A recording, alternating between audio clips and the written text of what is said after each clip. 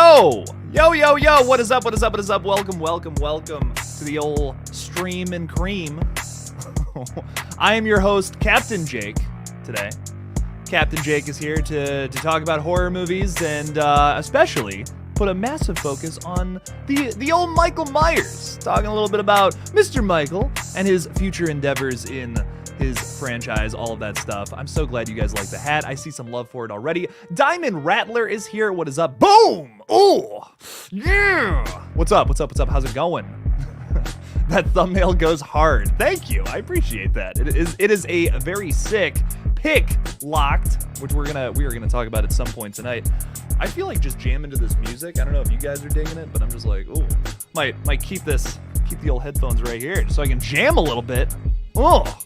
Yeah, we're going to be talking a little bit about this photo right here of Mr. Mike, cute little Michael, being a good boy. We're going to talk about that. We're going to talk a little bit about this too, this and that. I have some comments of some things, but I want to say hi to some people real quick first. Captain Jake, what's up? Fuck this Peacock shit. Give me IMAX. I feel that, Yurdy G. Speaking of Mr. Yurdy, look at this. Look at that. What do you know? Wearing the merch. What's up, Yurdy G? How's it going, man? Listen to Yurdy's music. Yurdy's got some good stuff. Speaking of music, we got Extron Gaming spitting some rhymes. Like he's the hip-hop-opotamus, if I can even say that. That's pretty tough. We have Michael Myers in the chat. What's up, Michael? How's it going? Hey. Thirsty for some hay. What's going on? What's up? Horror Movie Fan 22. What's up? How's it going, dog? Welcome. Chrissy Blackwell is here. What's up, Halloween nerds? Oh, we know we're nerds, Chrissy. It's okay. We are all a bunch of nerds, and that's okay. That's okay. It's fun. It's fun being a nerd. What's up, Jennifer? How's it going? Hello. Welcome. Who is this idiot? What the hell? Gonna pee and that's kind of gross. Who would say that? It's nasty. Jason Dyer is here. KillJoy Jake just killing it. No, Mr. Jason Dyer. You, sir, are killing it. You, sir, are fantastic. Welcome to the stream, everybody. Welcome. Denisha, hello. Welcome. We're going to talk about Halloween Ends, as promised. Malik is here. Dr. Andy is here. What's up? How's it going, everybody? Oh, man, I'm so sorry. E, what's up, E? Hi, how's it hanging? Ronnie Burns, what's up, Ronnie Bergs? Bug Z is here. I love that. Bug Z, that hat is drip. Thanks, dog. I appreciate it. Captain Jake is here. What's up, Rob? What's up? Welcome to the stream, everybody. Welcome. All right, so 4 minutes of saying hello to everybody. Let's just get into it. Let's talk a little bit about it. Same. Oh yeah. Look, showing a little bit of love to the SM7B. Yes, I agree. It is in fact the same mic that the intro to Thriller was recorded on. The more you know. Hell yeah. That's why I got it, man. It's probably the best mic that money can buy. Got to be honest. But yes, talking a little bit about Halloween Ends because that's kind of what I want to focus the stream on. Of course, we got a bunch of new stuff from it. I did not get to go as in-depth as I would have liked to in my video yesterday. I was in the middle of 100 different things, and there was so much news yesterday, I had to talk about everything. I had to make time for it. I'm like, well, fuck it, man. I'm talking about this. So, obviously, we got Jamie Lee Curtis here in this very silly little video, which is nice. She's wearing her iconic outfit from that original Halloween from 1978, which we have already seen her in, kind of in the brand new teasers and trailers via just the new Halloween Ends stuff. But something that a lot of people are talking about, I've seen multiple people make videos about it and comment about this, is how weird her comments are regarding the Peacock situation, which it's one of those things where it's like, I get why they're putting it on Peacock so that they can ultimately just make more money with their streaming service, but it's just kind of like, why? Like, why do that? You're gonna lose money at the box office that way, though. They're doing it just to make more money with Peacock. That's my theory. I don't really know why else they would do that again, because Halloween Kills could have made way more money at the box office easily. That banging music is still playing, isn't it? We're probably done with the banging music. Yes, it is still playing. See, the one thing about the hat, I can't tell what the hell's going on audio-wise. Is it worth it, though? Yes, absolutely. Getting sidetracked is fun. Yeah, why is Ends going to Peacock? Craziness. I totally agree, Jennifer. I see a few people saying, what the fuck? What is going on with that? Listen, I get it. Like, some people don't want to go to the theater and stuff. I mean, it's convenient, sure, but it ultimately hurts the box office performance. That's the thing. It might be a longer time until we get more Halloween films in the future, which would suck. I want more Halloween films at some point.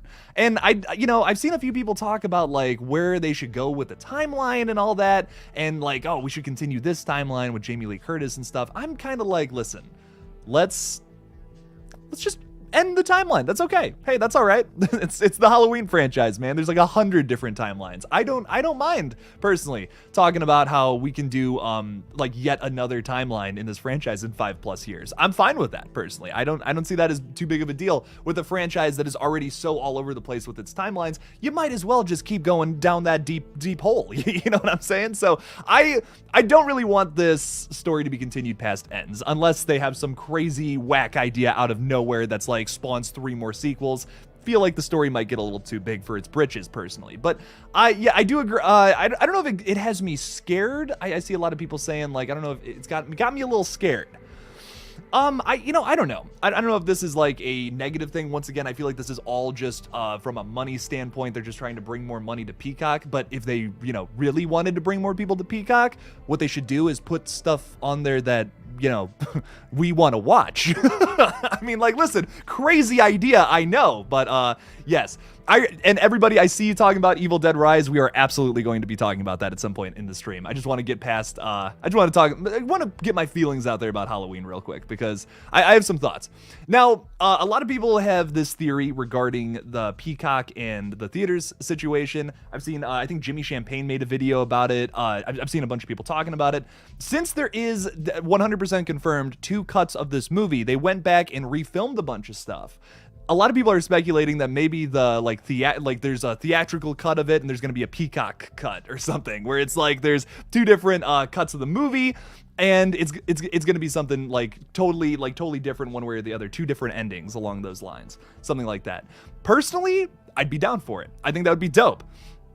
If they did something where it was like, oh, you go to the theater, Michael wins, maybe in the Peacock version, Laurie wins, or something along those lines. I think that would actually be dope, but I doubt that's what they're doing. Like I said, I hate to be such a pessimist, because I think that would be fucking dope if they did something like that. I think it would. I think they're just, like, literally, like I said, I think they're just doing this for money. They're trying to get more people to Peacock. But like I said, man, there's nothing to watch on Peacock. There's like everything on there that's like really cool was something they took from like Netflix or something from a long time ago. There's really nothing else to watch on Peacock. So I just feel like they should really do something. They should I don't know. They should just make better stuff on Peacock if they want people to subscribe to that streaming service. Peacock dies tonight, says Mr. Rick. I love that. That's just my thinking. What's my favorite Halloween movie? Like, it's really tough to beat the original. Like 1978 is just, oh God, it's really good. But I just rewatched Halloween 2018. I'm so sorry. I'm gonna do some self-promotion real quick. I know, God, Jake, I don't care about self-promotion. I don't. It's awful. I don't want to see this either. But I am doing a stream tonight with Gory B Movie. Wow, that banner is covering literally everything important there. I'm doing a stream tonight with Gory B Movie over on her page with the Nightwatch Zone and Maverick Media. Make sure to check out that stream at 10 o'clock Eastern, 7 on the West Coast. So 7 o'clock over there, East Coast, 10 o'clock. If you're somewhere in the middle, that's going to be kind of hard for me to figure out right now because I am not good at math. So, yeah, check that stream out tonight over on Gory B's page. It's going to be a whole lot of fun. First time I've ever been on there, which I'm excited for. So it's going to be a good time. But for now, we're going to hang out here and just have a good time talking a little Halloween Ends, maybe a little Evil Dead and Hellraiser too, because we got news on a bunch of stuff today, which was insane. It all came right before this stream. So I'm like, hey, we'll talk about it here. We got a lot of stuff. We got Matt in the chat today. What's up, Matt? What's up? Howdy there, partner. Howdy there, partner. Bet you're not having a rootin' tootin' time, unlike myself. Our partying in the wild, wild west. Yeehaw! Me and Matt stayed up until 5 in the morning yesterday working on Red Right Hand, and I think he's still going a little crazy there, is what I'm thinking. But yes, we are going to be talking about, like I said, we're going to be talking about a lot of stuff today. Like, there is so much news between Evil Dead Rise, between Halloween. It's just insane. So trust me, we will be going for a little while. Little while. Oh, man. Poltergeist Steve. Oh, I'm assuming H2 and H1 are the Rob Zombie movies. I gotcha. So you're ranking them original 2018 H2O kills 6458 H2 and the Rob Zombie movies. Okay, yeah, yeah, I like that. That's good. 6 is very underrated in my opinion. I really like the producer's cut. H2O, I like the love for H2O too. That's up there. Nice. Man, to me, Resurrection is at the very bottom though. I get that movie does nothing for me. Not even a wiggle, you know? Doesn't even get me a wiggle. That's so gross. Why would I say that? I like Scary is here. What's up, Brandon? What's up, man? Welcome to the stream. I popped into your video today. I liked what you were saying about the old Halloween stuff. Some good stuff. That's kind of what we're talking about today. Because like I said, I would love to have both of these cut, you know, see both versions of it. But there's also wasn't there like a different version of Halloween 2018 that ended with Michael dying or something along those lines that we still have never seen? So like, what's going on? Like, are we ever gonna see that? Are we ever? What's up with that? I don't know, man. I'm kind of thinking that like it's probably nothing that elaborate, which like I want to be the person who's so optimistic and so excited about weird shit happening with movies, but I just don't know if that's going to be the case here. I would love it to be though. I really would. Moser Movie Reviews is here. What's up? Chase is very much so helping me out with a lot of my Insidious updates lately. Massive shout out to him. So go subscribe to his page. Hell yeah. We've been doing some crazy Insidious updates. I'm so excited for that movie too. God, Insidious 5 is gonna be good. Super pumped. I missed the original 2, but somewhere between 6 and 4. Oh yeah, you didn't put the original 2 in there. Okay, all right, that's fair. A lot of people don't love that second movie. I think it's good. I really only have like one. There's like one aspect of that film I just really don't like, but the rest of it I find really good. It's just like the whole, oh my God, it was Laurie's brother all along. What? They did not need that twist. I don't know. That doesn't do anything for me. They even make fun of it in the 2018 movie, which I constantly forget about. Blucka is here. What's up? I like to steal hats. You know, I just rip them off of people's heads and I run away really fast, and people usually can't catch up with me. So that's. Did I just incriminate myself on a live stream? Probably. No, I'm just kidding. Welcome to the stream, man. Welcome. Michael, you know, he's always wearing this hat, so I decided, hey, I gotta dust the old thing off. I mean, it is actually dusty. It's been sitting there since we did the Sharkathon. Who's been here since we did the Sharkathon? Who remembers that shit show? That was a good time. Tactical Terminator is here as well. I love that name. Saying, hi, Killjoy Jake. Do you think in Halloween Ends, Michael Myers will survive, or do you think the child that Corey Cunningham is accused of killing is the Mystery Myers reincarnation? Man, you know, Halloween, Michael Myers will survive, or do you think?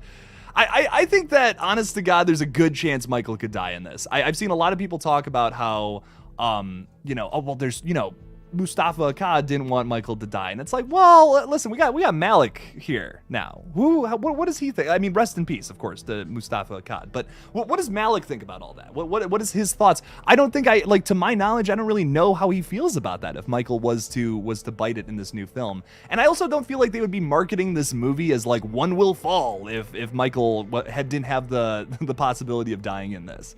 And that kind of like, doesn't that take all the fun out of it too? That's kind of why I just was not excited for Godzilla vs. Kong. I knew exactly what was going to happen because it's the same situation there. So to me, I feel like now it's like the situation it has to be different, right? Like they can't just be making that same mistake again. But then again, it was Godzilla vs. Kong a mistake. It still did pretty well. So I don't know. I guess it's just kind of one of those weird things. I wish we could have versus movies that, you know, once again, had some balls. I know I keep saying that in these streams, but let's have versus movies where it's like, fuck it, one of them goes down, you know? James is talking about Corey Cunningham. Yes, we have ourselves a Corey character in this new movie, which is apparently going to be a Michael Myers copycat or someone. Corey is some kind of weird entity in this new movie that is going to play some kind of big role. A lot of people have been speculating that maybe Corey Cunningham is dressing up like Michael Myers and killing people on Halloween night, and that is who Laurie is going to like so to say, kill, and that's gonna be like it's a big reveal. It was Corey Cunningham the whole time, and then the real Michael shows up. I really don't think that's gonna be the movie. That would blow, man. Wouldn't that tell me that wouldn't suck? That's like the whole movie pretty much, and then the last 10 minutes or so is like, yes, okay, Laurie and Michael actually fighting. I don't know, man. That would just be whack to me. In my opinion, just to me. I am stoked for Red Right Hand. Hell yeah, absolutely. Well, Matt's probably going to get pissed at me, but he already put this on our Letterboxd page for Red Right Hand. But this is the brand new poster for Red Right Hand. Check it out. Pretty good stuff. I'm a fan of this. Looking pretty dope. Could this be could this be foreshadowing a certain scene in the movie? What do I know though? It's not like, not like I'm a part of that project or something. So, but I'm really excited for you all to see it. It's gonna be some good stuff. I real quickly also just want to thank some of my channel members. I just updated this little list, so why not display it on screen real quick? Thank you so much to my Ghostface tier patrons here. All you guys are awesome. Slashing it. I fixed slashing it with Matt's name. I know I had a comment about that the other day. Matt, if you're watching, I had it just as Matthew before, so got that fixed for you. Thank you to, once again, just this whole list of Ghostface tier patrons. Thank you guys. You guys are the best. Some of the new people down below there too. Thank you. Ghostface tier patrons as well. Thank you for your support this month. You guys are the fuel that keeps these live streams and videos coming. I just appreciate your guys' support so much. Thank you. And of course, my Freddy tier patrons, Bob Hunt from Hunting for Entertainment, Chrissy Blackwell, and Brandon Meacham. Brandon, I hope I'm pronouncing that correctly. But regardless, thank you so much for your support. Thank you. I appreciate it. Quite the sexy poster, if I do say so myself. Matt is the one behind that awesome poster, yes. So I'm just so excited. Can't wait for you guys to see it. And we will, don't worry, we'll be talking about Halloween this entire stream. But real quickly, side tangent, want to talk about the new Hellraiser, which, yes, is a movie, but they are also doing a series helmed by David Gordon Green. Speaking of Halloween and Halloween Kills and Halloween Ends. We have David directing some of the episodes, I believe, of the actual series. Okay, just because I'm paranoid, making sure the music's still playing. Yeah, so, but the big thing we just got is a brand new release date for the new Hellraiser film starring Jamie Clayton as the Hell Priest. I'm super pumped for this movie. It's coming to Hulu on October 7th, a day after Terrifier 2's theatrical release. So I'm really pumped for it. It's going to be a much closer adaptation of the book, especially, which I think is interesting. I've read a little bit about the differences. I haven't actually read it myself, but I'm super pumped for the movie. I think it's gonna be good. Jamie Clayton, we kind of get a little tease as to what she looks like as Pinhead, and I'm excited. I think it's gonna be cool. So there's not too much plot details about it. I think they did release a synopsis, but it's pretty vague. Just like Evil Dead Rise, also a pretty vague synopsis. We don't really know too much about it. Hopefully we get a trailer sometime soon, though, with it coming out in early October. Man, and yeah, it's going to be September in a week. So we'll probably get something soon for it, I'd imagine. Because I'm completely basing this off of, what they've been doing marketing wise for a lot of these straight to streaming horror movies. They typically start marketing them a month before, and if we're talking about Orphan First Kill, they didn't do any marketing. They put out a poster and a trailer, and that was it. They didn't market that movie at all, and it's still doing pretty decent for having a limited theatrical run. So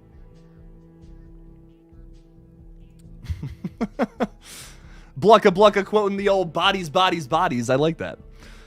It's a good quote. It's funny stuff. Blucka looks, I can't say that on stream.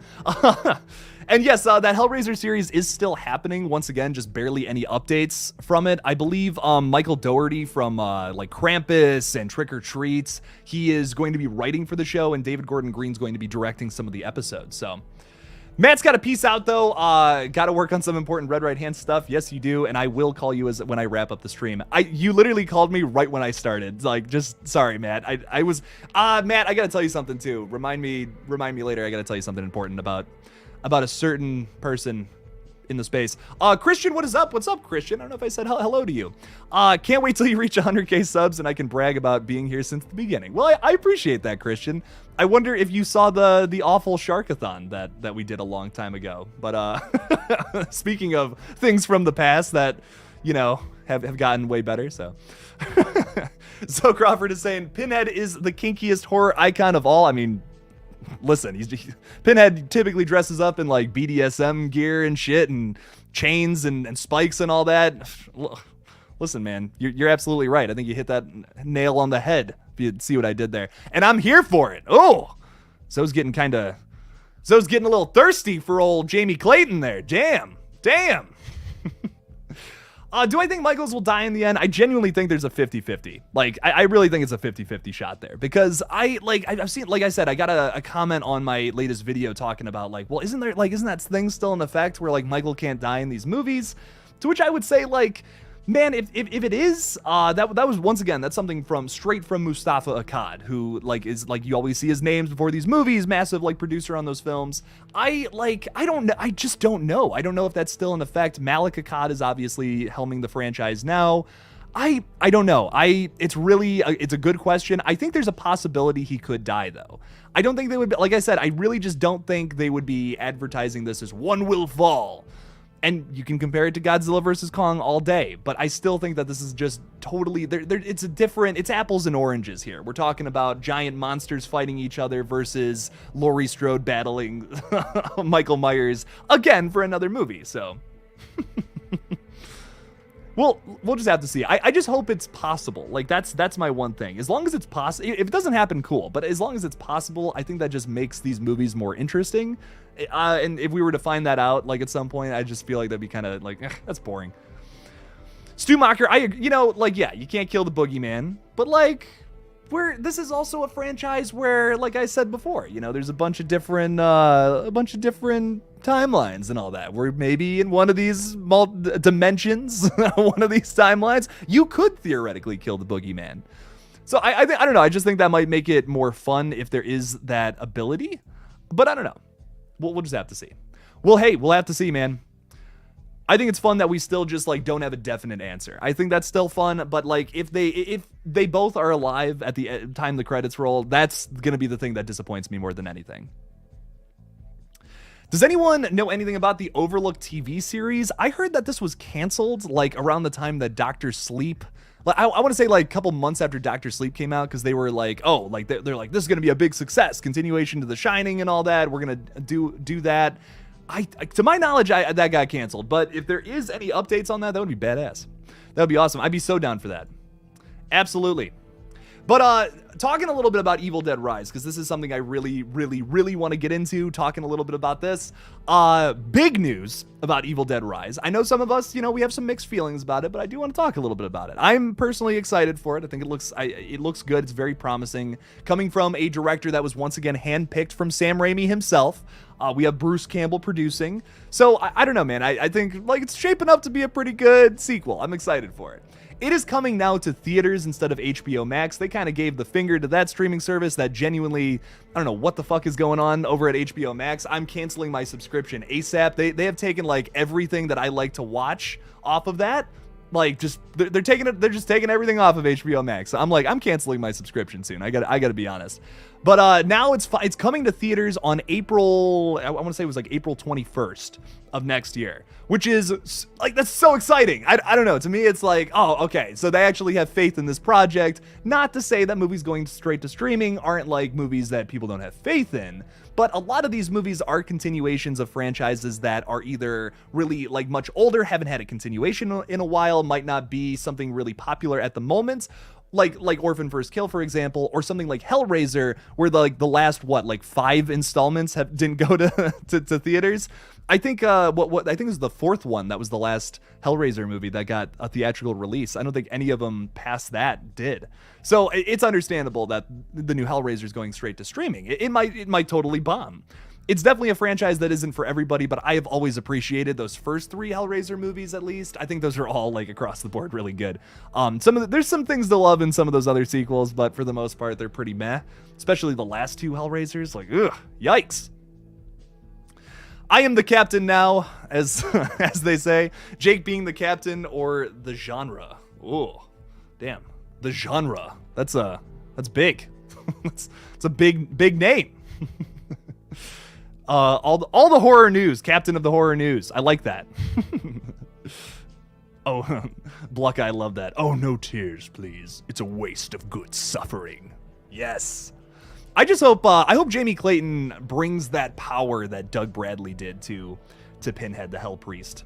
Obviously, it's going to be a different portrayal. Like, it's something that's much more closer to the books, where his the one thing I know that's different from the books versus the movies is Pinhead has a totally different backstory. Like, he was actually a human at one point in the movies, how they explain it. But in the book, it's almost like he's, I think it was just like, it's androgynous being, like, from another dimension and all that.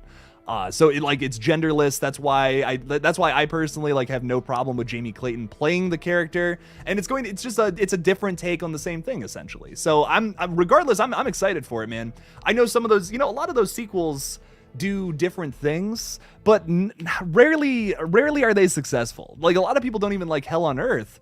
And I like it because it's so different. It's almost like Pinhead playing a Freddy type character. So this isn't the first time we've had like division in this franchise for a difference in portrayals. But I don't know, man. I feel like Jamie Clayton could totally do it. I feel like she has and I don't mean this by any means in a negative way, but I feel like she totally has like the face to play like a creature in one of these movies. She has like more sunken eyes and all that. She could totally like with the makeup and all that. I could totally see it working. Like, I think she could totally play a Cenobite really well, personally. So I'm so excited for it. I think it's going to be great. It's David Bruckner too is directing it, who did like The Night House, The Ritual, some bangers from the past couple of years. I don't know, man. I think it's going to be great. Oh, I just joked on my own spit. So Crawford throwing in a $2 super chat. So thank you so much, man. I appreciate that a whole lot. Yeah, the other thing, Zoe, thank you so much, man. Also, Zoe, you are always welcome to come on the channel at any point, anytime. We can always talk horror movies. I know you love. I know we like talking about horror movies all the time, and I know you love eating carrots and drinking water. So, Ghostface is saying we will tear your souls apart. Yes, I love it. I'm so excited for I'm really excited for Hellraiser. Evil Dead Rise, though, I'm even more excited for, though, because they're like, hey, we can throw this in theaters. Like, this is still good. I guess the point I was trying to make about the Evil Dead stuff, though, is that, like, yeah, I was excited for it coming to HBO Max, but this is a franchise that the last couple, like, not only the last movie, but, like, that show was really successful. I didn't think it needed it. This was one that kind of felt out of place to me because the Evil Dead franchise is still pretty lucrative, I think, personally. So I don't know, man. I really think this was a good move to send it to theaters, and I think it's gonna be great. I'm really excited for it. It's gonna be good. Zoe's saying you already know. Send that email. Fuck it. You know what? Let's get something on. Let's get something going here, Zoe. Let's get this going. I need someone to talk Evil Dead Rise with because I'm so excited, and of course Halloween too. Which, no worries, we're gonna be bouncing back and forth between all this crazy news that's happening in the space right now. I just sent you the link, my dude, and then we'll get this going. So I'm so excited. I'm gonna have to take. I'm so sorry, everybody. I hate to disappoint, but I am gonna have to take the captain's hat off. I know, and you all get to see my very sweaty head. There we go. Okay, how dope would that have been though if I had gotten the hat back on Michael? That would have been dope. That would have been pretty sweet if I just flipped it back, bam, landed on Michael. My whole shelf just falls down. And yes, Pinhead is just the Hell Priest, technically. Pinhead is a movie creation, I believe, from the third movie is the first time he's called that. Ugh, don't quote me on that, though. I feel like I'm right. I think I'm right. But yeah, I like Evil Dead Rise. I'm so pumped for. I really think it's going to be good. There we go. Okay, just had to adjust. No more captains. I'm sorry. I know. It's so disappointing. Like, what? I'll probably smush it if I put my headphones over it, though. Yes, and like, we have so much news to talk about too. Like, there's so much going on. Bucko is talking about the Killer Clowns from Outer Space game. I'm really excited for that. We have so many cool horror games coming out, man. Oh, what a time to be what an absolute like great time to be a horror fan. I don't know. Just exciting stuff all around. Do you recommend the Hellraiser films? I've never actually seen them. I recommend at least watching the first 3 if you're like, wow, 10 films is a commitment, because I totally understand that.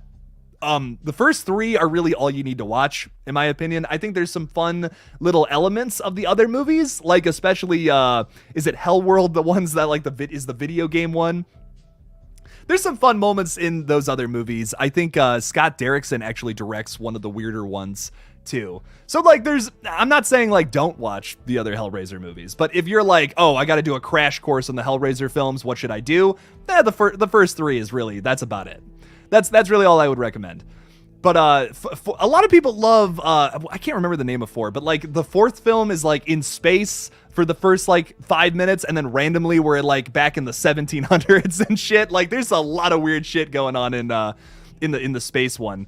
It has like a really generic title too, and I can't remember it. It's like a resurrection or afterlife or something like that. But yeah, Hellraiser 4 is kind of whack. I don't know. I've never been a big fan of it. But if you want to see a young Adam Scott in a Hellraiser movie, there you go. Hey, Hellraiser 4, baby. There you go. Bloodlines. Thank you, Blucka. I appreciate that.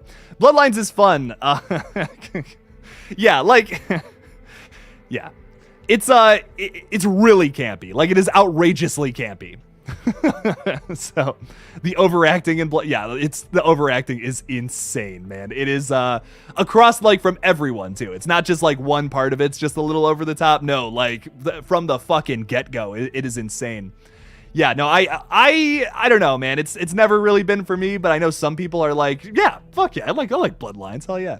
But 3 is the one that I feel is the most polarizing. A lot of people don't like that because you see Doug Bradley kind of play a different version of Pinhead, which I don't know. I like it.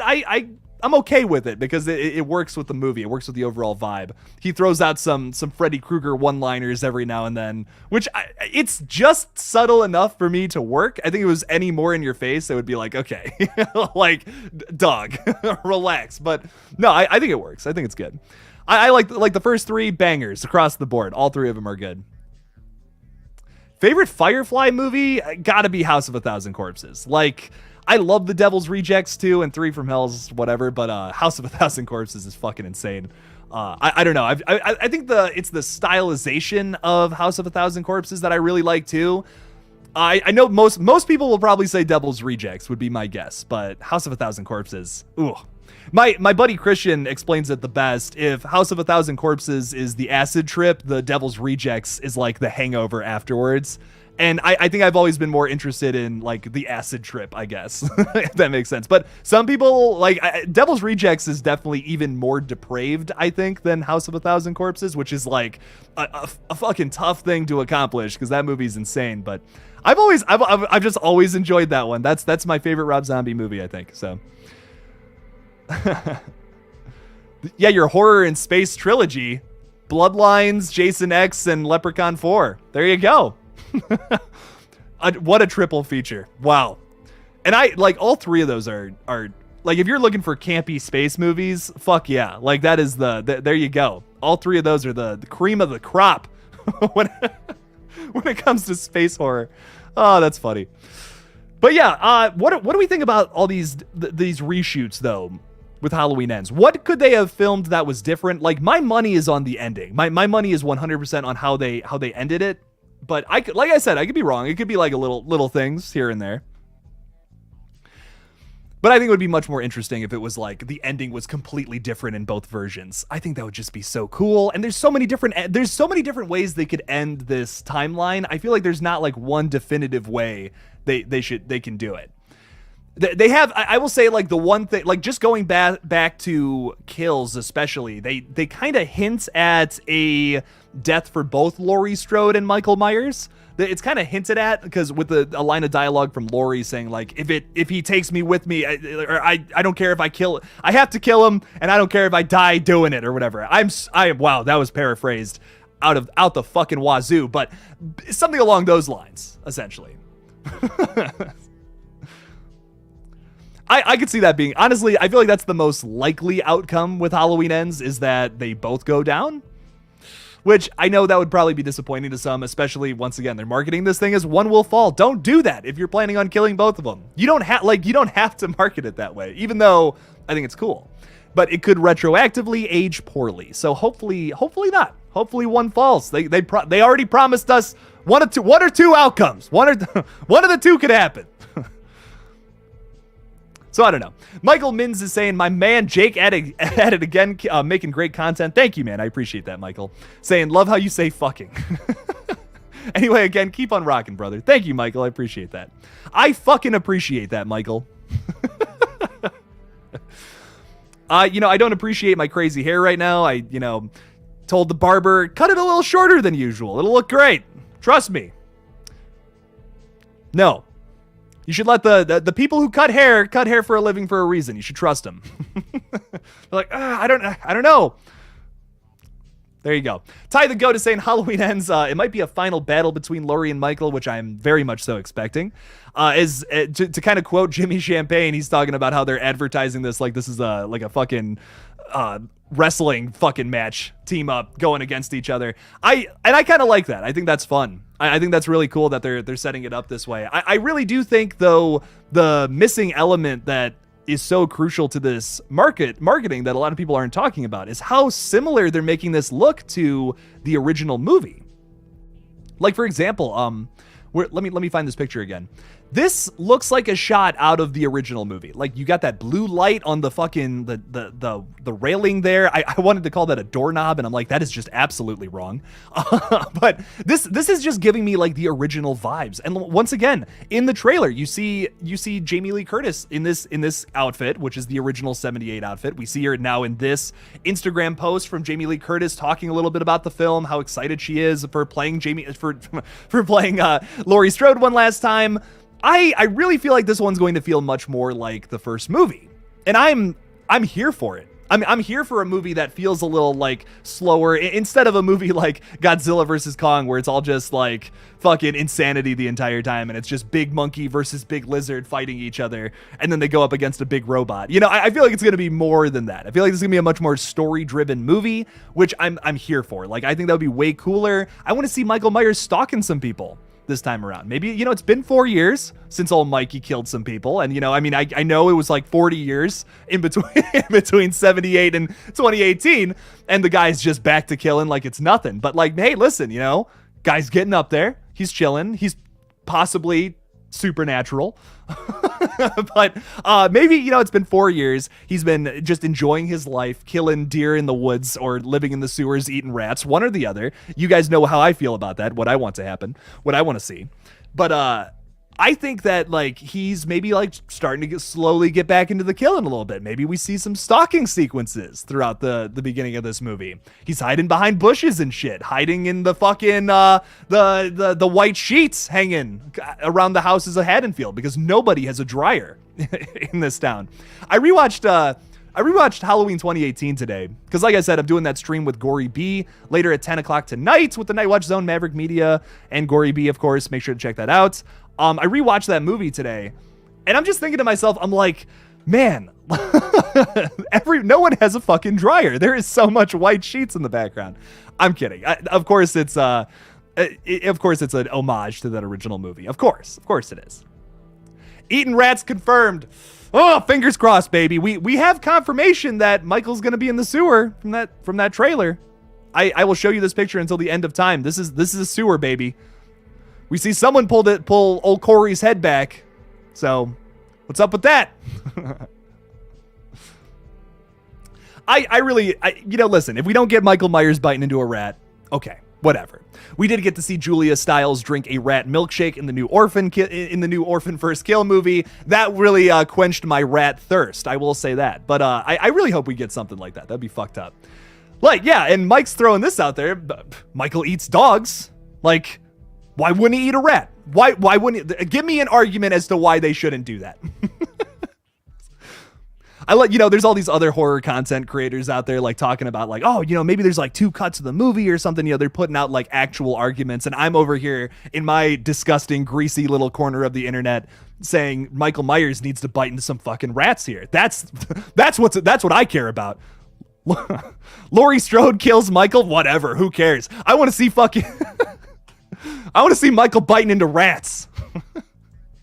Blucko's saying, what is the overall message of this trilogy supposed to be? 78 was about making people believe in the boogeyman, but I'm not really sure what the purpose of this trilogy for Michael Myers, The Shape, is so far.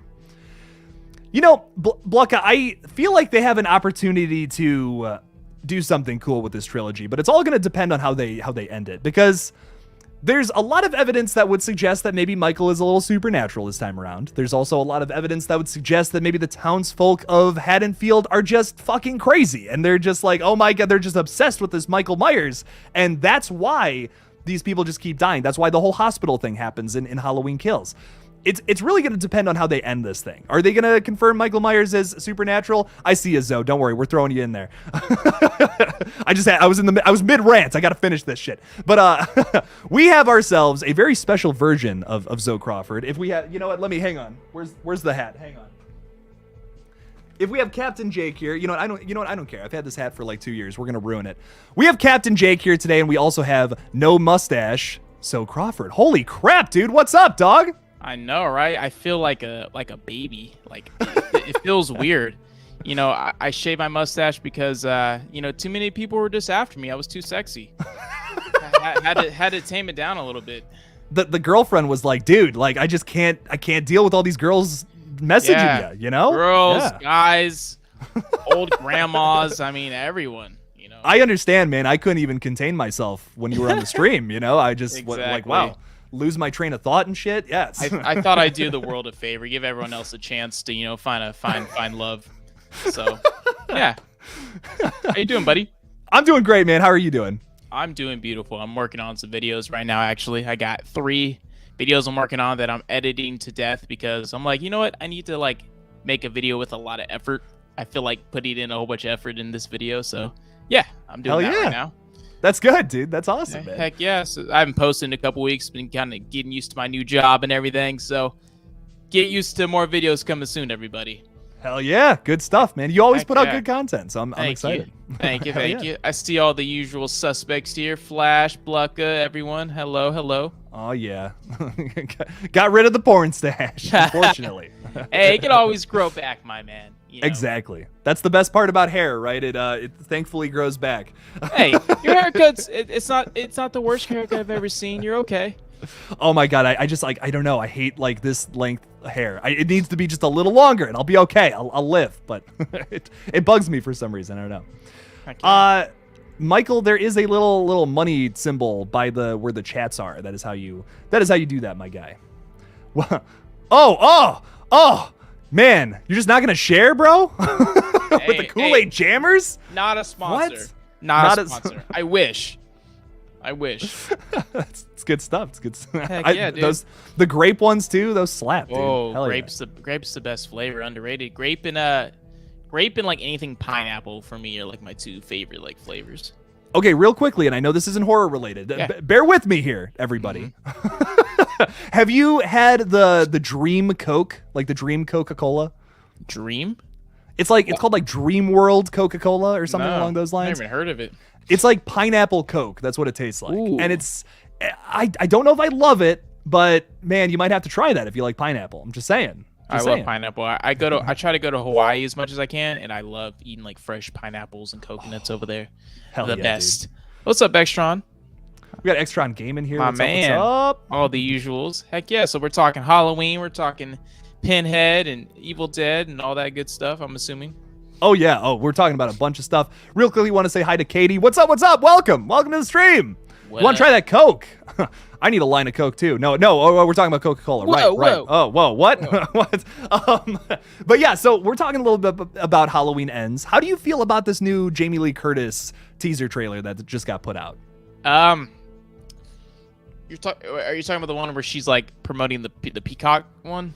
Yeah, this was like, what, yesterday did that come out? Yeah. Yeah, so it's going to Peacock, which is, I don't know how to feel about it. I think it made more sense last year because, you know, we're getting out of COVID and everything. But with this, I don't really see the reason why. I guess just to give more people an opportunity to see the movie at home, maybe. I don't really know. I don't know really how to feel about it.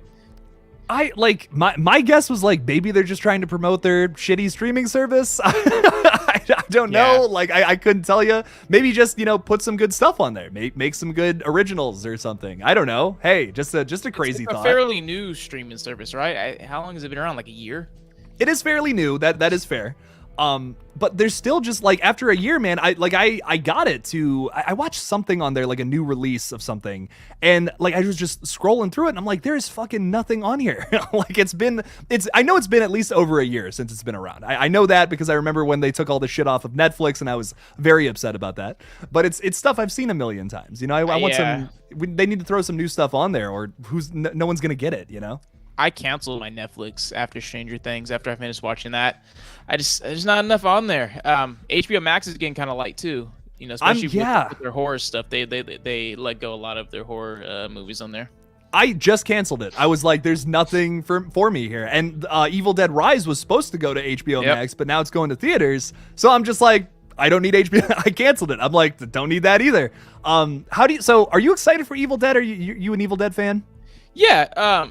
I'm a casual Evil Dead fan. It's not like my favorite franchise, but I love the goofy campiness and the graphic nature of Evil Dead. I really like the Fede Alvarez remake as well. I really like that one. Evil Dead 2 is a classic. The original Evil Dead's like a guide to how to make a short, low budget movie for sure. Yes. I'm excited. So we're getting it in October, right?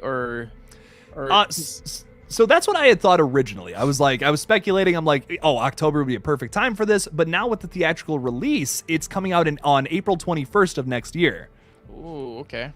I think that's perfect, personally, because nothing is really coming out big in April of next year. I don't know. That we know of yet. We are getting a bunch of release dates for stuff, too. We just got a Nun 2 release date. Insidious 5 just got a release date. Bucko just threw a super sticker into the chat. Thank you. I appreciate that. Bucko. Buck threw in a buck. I appreciate that. Heck yeah. But thank you for having me on, dude. I always love talking movies with you. I appreciate how I can just hop on at any time, stop by. You're welcome whenever, man. You're welcome whenever. You and Craven are like honestly some of my best friends here on YouTube for sure. Like hell yeah, dude. I love you guys. You guys are awesome. We love you too, man. We appreciate all the good stuff. And Katie did just subscribe to your page too. So look at that. Look at that. Thank you. I appreciate it so much. Look forward to a lot of content this week. I'm actually working on a really fun video right now. I'm working on a video. It's kind of a tier list style video. It's can I defeat Michael Myers? And I put myself against every version of Michael Myers to see if I have a chance of surviving or dying. So yeah, it's gonna be fun. That's great, dude. Yeah. Oh fuck yeah. I will absolutely be checking that one out. That's fucking sweet. I have like even the kid Michael Myers. See if I can beat the kid. Every version. So everyone subscribe to my channel. That should be coming out tomorrow. So you look out for that. Could I beat this kid? Could I beat up this kid's ass? Maybe. Yeah, I don't know. I would probably get my ass kicked, honestly. I'm gonna be totally honest. It's like I put in like every factors that I could think of how I think I could realistically maybe beat him up. Realistically, I probably would die from all of them, but you gotta have confidence going into a fight, man. Exactly. Yeah, you have to try at least. Yeah, but exactly. I have seen Michael brutally murder some people on screen. I mean, kid Michael, in all fairness, kind of had the drop on his sister, so there is that element of surprise when you're a child. You don't expect getting getting stabbed in the face by a 10-year-old kid. And he's got to check his form too. You got to be able to look at while you're stabbing someone, be able to look right at your hand as you. As you're stabbing people. He's probably missing some of those, that's what I imagine every time I watch that. Please screenshot this, anyone in the chat. Just we're just gonna keep doing this. Just get the arm workout. No. Goddamn. Halloween ends, dude. Evil dies in what? 10 weeks, 11 weeks? I don't know. but how many nights though? I don't care about the weeks. Oh yeah. I don't know. Evil dies in 69 nights. I hope it's 60. You know what? I'm just going to keep saying that. Evil dies in 69 nights. I like it. But we have, speaking of Peacock, we have James talking about a very feeble attempt at a Peacock original. They slash them. Like, they're trying, James, I guess, but yeah. I wanted to review it, but I couldn't really say enough things that were positive. And you know me, I don't like shitting on movies like that. So, I didn't review it. I kind of wish I did though. But it's a very poor attempt at trying to send out some type of message, but at the same time not really saying anything. Yeah, you know what I mean? Yeah. It's like the worst way to describe that movie, but like I did one review a long time ago on the Forever Purge. It's another movie that I just like, I didn't really have anything positive to say about it, and right. I just I was like, after I made it, I was just like, why did I even make this? Like, it's literally just me shitting on this movie for like 10 minutes. Like, I just don't feel like people would want to watch that. That's why I'm really only gonna review movies I like, at least like, if it's like a 4 out of 10 or above, I'll review it. But like any lower than that, I'm basically it's just gonna be me shitting on it. So I don't know. I just feel like that's not as entertaining as someone who's super excited about something. Exactly, and coming from people like us, like you make movies. I've made short films, so like shitting on other people's work is definitely it feels kind of, I feel for them, because they try, So obviously some movies are made just to make profit, obviously, but there's people out there who actually try and bust their ass about making films, and shitting on movies isn't the best. It makes me feel guilty. Right. It's like this person probably does have some kind of passion for it or something. And I'm just like saying their new thing is a piece of shit. So it's like, man.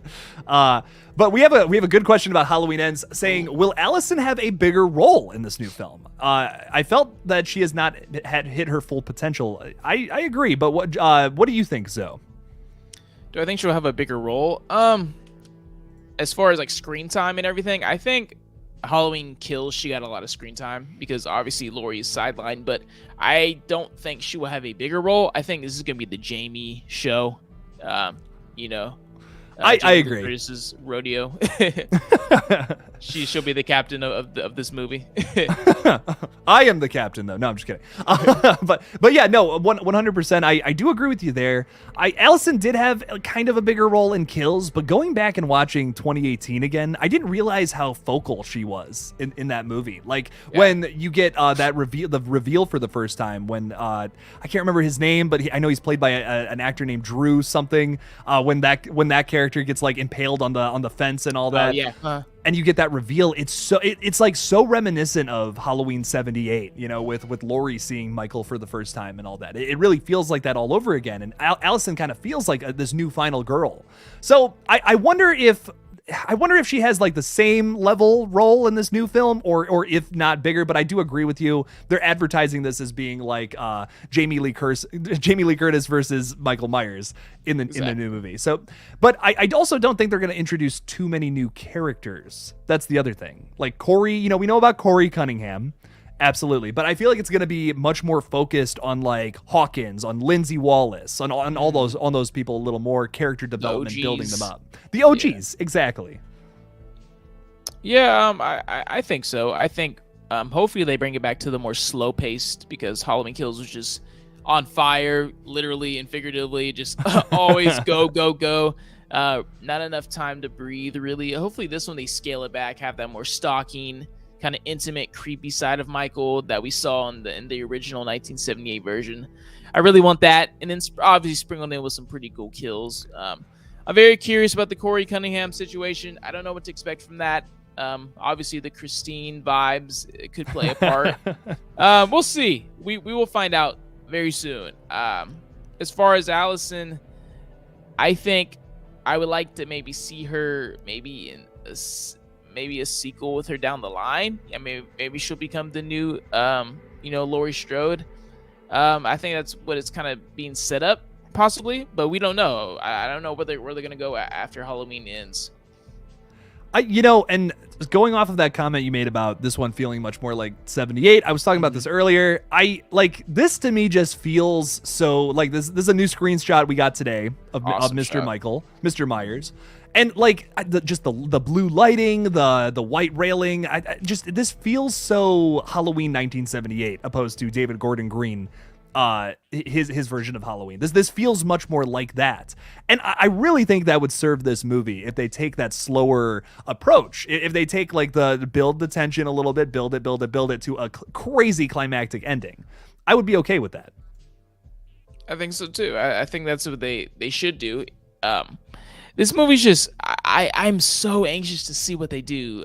There's not a lot. Me too, right? There's not a lot of leaks that have been coming out, which is good. At least as far as I know, I try to stay away from all that breakdown and spoilerly type videos on YouTube. So I'm so curious because with Kills, I kind of know what to expect. It's Michael killing people. It's literally in the title. But with Halloween Ends, it could end in so many different ways. You know, like where they decide to go with it, either to definitive ending or an open book type of ending.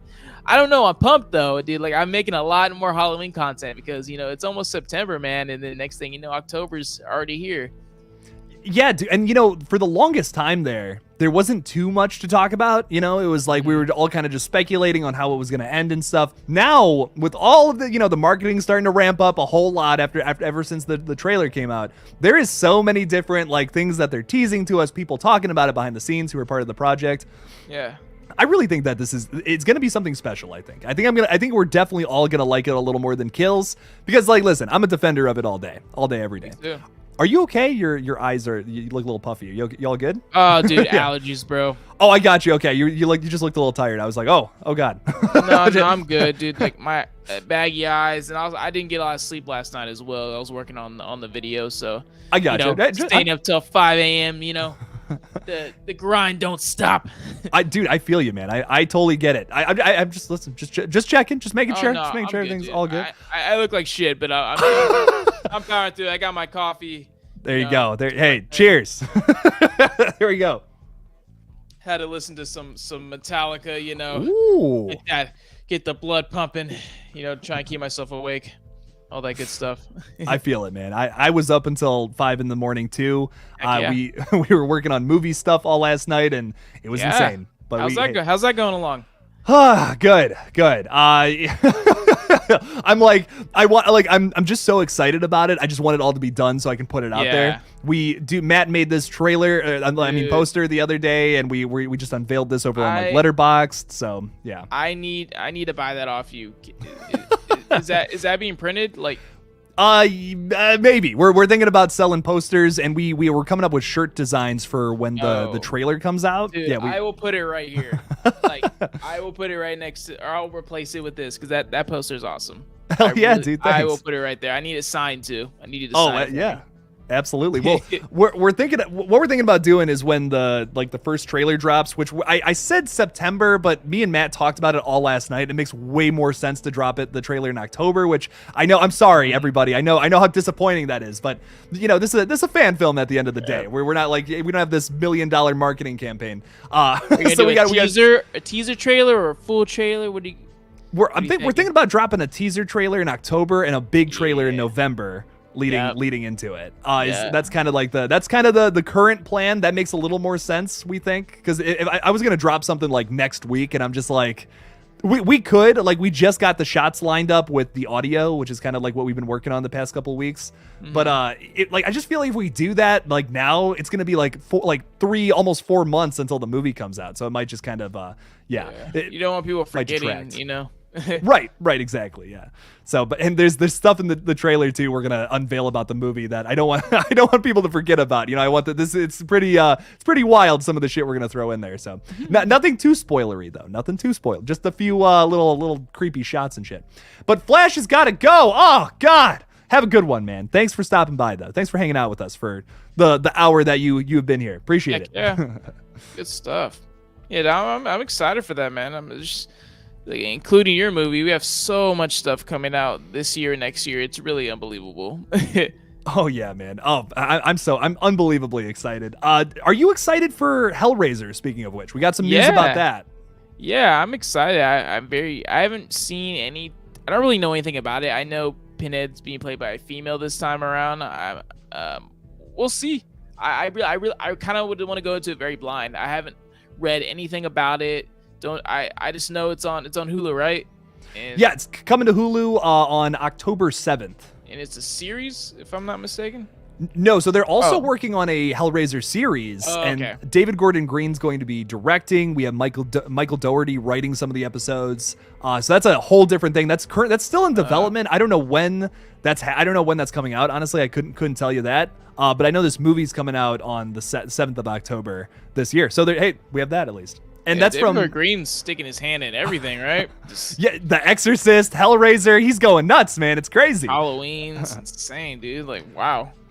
I mean, he's obviously a huge fan, which I like. He definitely respects the source material of every project he works on, especially Halloween. You know, he throws a lot of Easter eggs to previous installments. So, oh yeah, no, it's really got passion, really exciting man. Stuff. Oh, yeah. I love when directors actually like love what they're making a movie about. Like, you know, like some Halloween movies, like Halloween's 5 and 6. Those directors just like really had no clue like what the character was, the lore of the character, couldn't get the mask right. Especially with 5, like especially 5 is just what the fuck is going on in this movie, rough. dude. 5 is so rough. It's painful. My favorite is the goofy music that plays when those cops show up. That is so fucking bad. Clown music. It's like, yeah, there's like clown noises and shit. It's like, what is going on? Oh, it's great. It's awful. I'm also excited for Terrifier 2. Do you have any interest in this? Are you like, oh yeah, fuck yeah, Art the Clown stan over here, or nah? I'm excited, and the main reason I'm excited is just I haven't seen the first Terrifier, so I'm so pumped to just like watch them both back to back. So that's what I plan on doing, because that releases in October as well, I believe. Correct? Yes, pretty much the same day as Hellraiser, October 6th for Terrifier 2 in the theaters. Yeah, and we get Chucky season 2 coming out. That's awesome too. So. Around that same time, yeah. So hell yeah, it's gonna be good. I messaged Michael Levy, one of the producers on Terrifier 2, and I'm like, is there any way I could see this movie a little early? I don't know, I was kind of like, shoot that shot, baby. I was like, let me in. That was all set up for that clip, by the way. Literally everything I've been saying for the past like 10 minutes. I'm like, I just gotta get there. Oh, gotta throw it out there. No, I'm totally kidding. But yeah, I would love to see that movie early. I would kill. And apparently, it's not going to Screambox until like November. So streaming it's gonna be tougher to stream this. I know a lot of people won't be able to see it in other countries, so it's unfortunate. Yeah. The whole process of getting screenings and screeners is just kind of a pain in the ass sometimes, especially for smaller channels like us. We don't have the verified, the blue check marks and stuff, so it's gonna be difficult to see certain movies. But that'd be awesome if you could see that early. I know you're a pretty big fan of Terrifier. I really appreciate, like, if you like practical effects, like that Terrifier is like some of the best we've gotten in the past couple of years. So he looks creepy as hell. Yeah, that trailer looks like it's even going to be like goofier and more fantastic, and if like fantastical, I mean, and then mix that with like just the ultra gory, crazy, like X-rated gore. So I don't know, it's a really cool mix. It's something that I'm like just really like super pumped for. I love movies that have that certain flavor, so I think it's going to be good. I'm excited. Tons of horror movies, Ty is saying. Absolutely. Heck yeah. Yes. What are your expectations for Chucky season 2?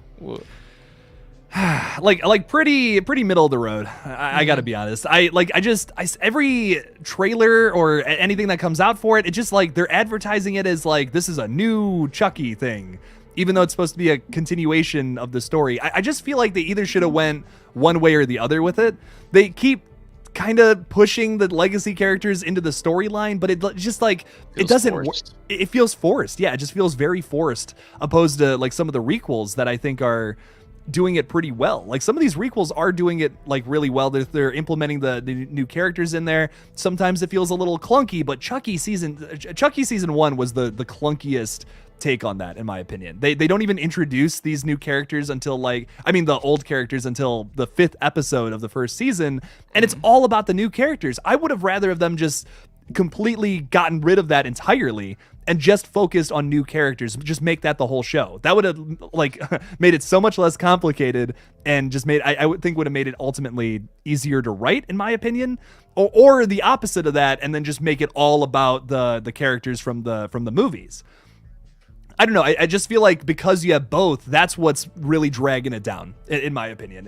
They just really haven't figured out that balance yet between the characters. It's like 80% the new characters, 20% the old characters. I just, if they can find that 50-50 balance, I think the show will be. I will like it a lot more. But we'll just have to see. We'll have to see if they can figure that out.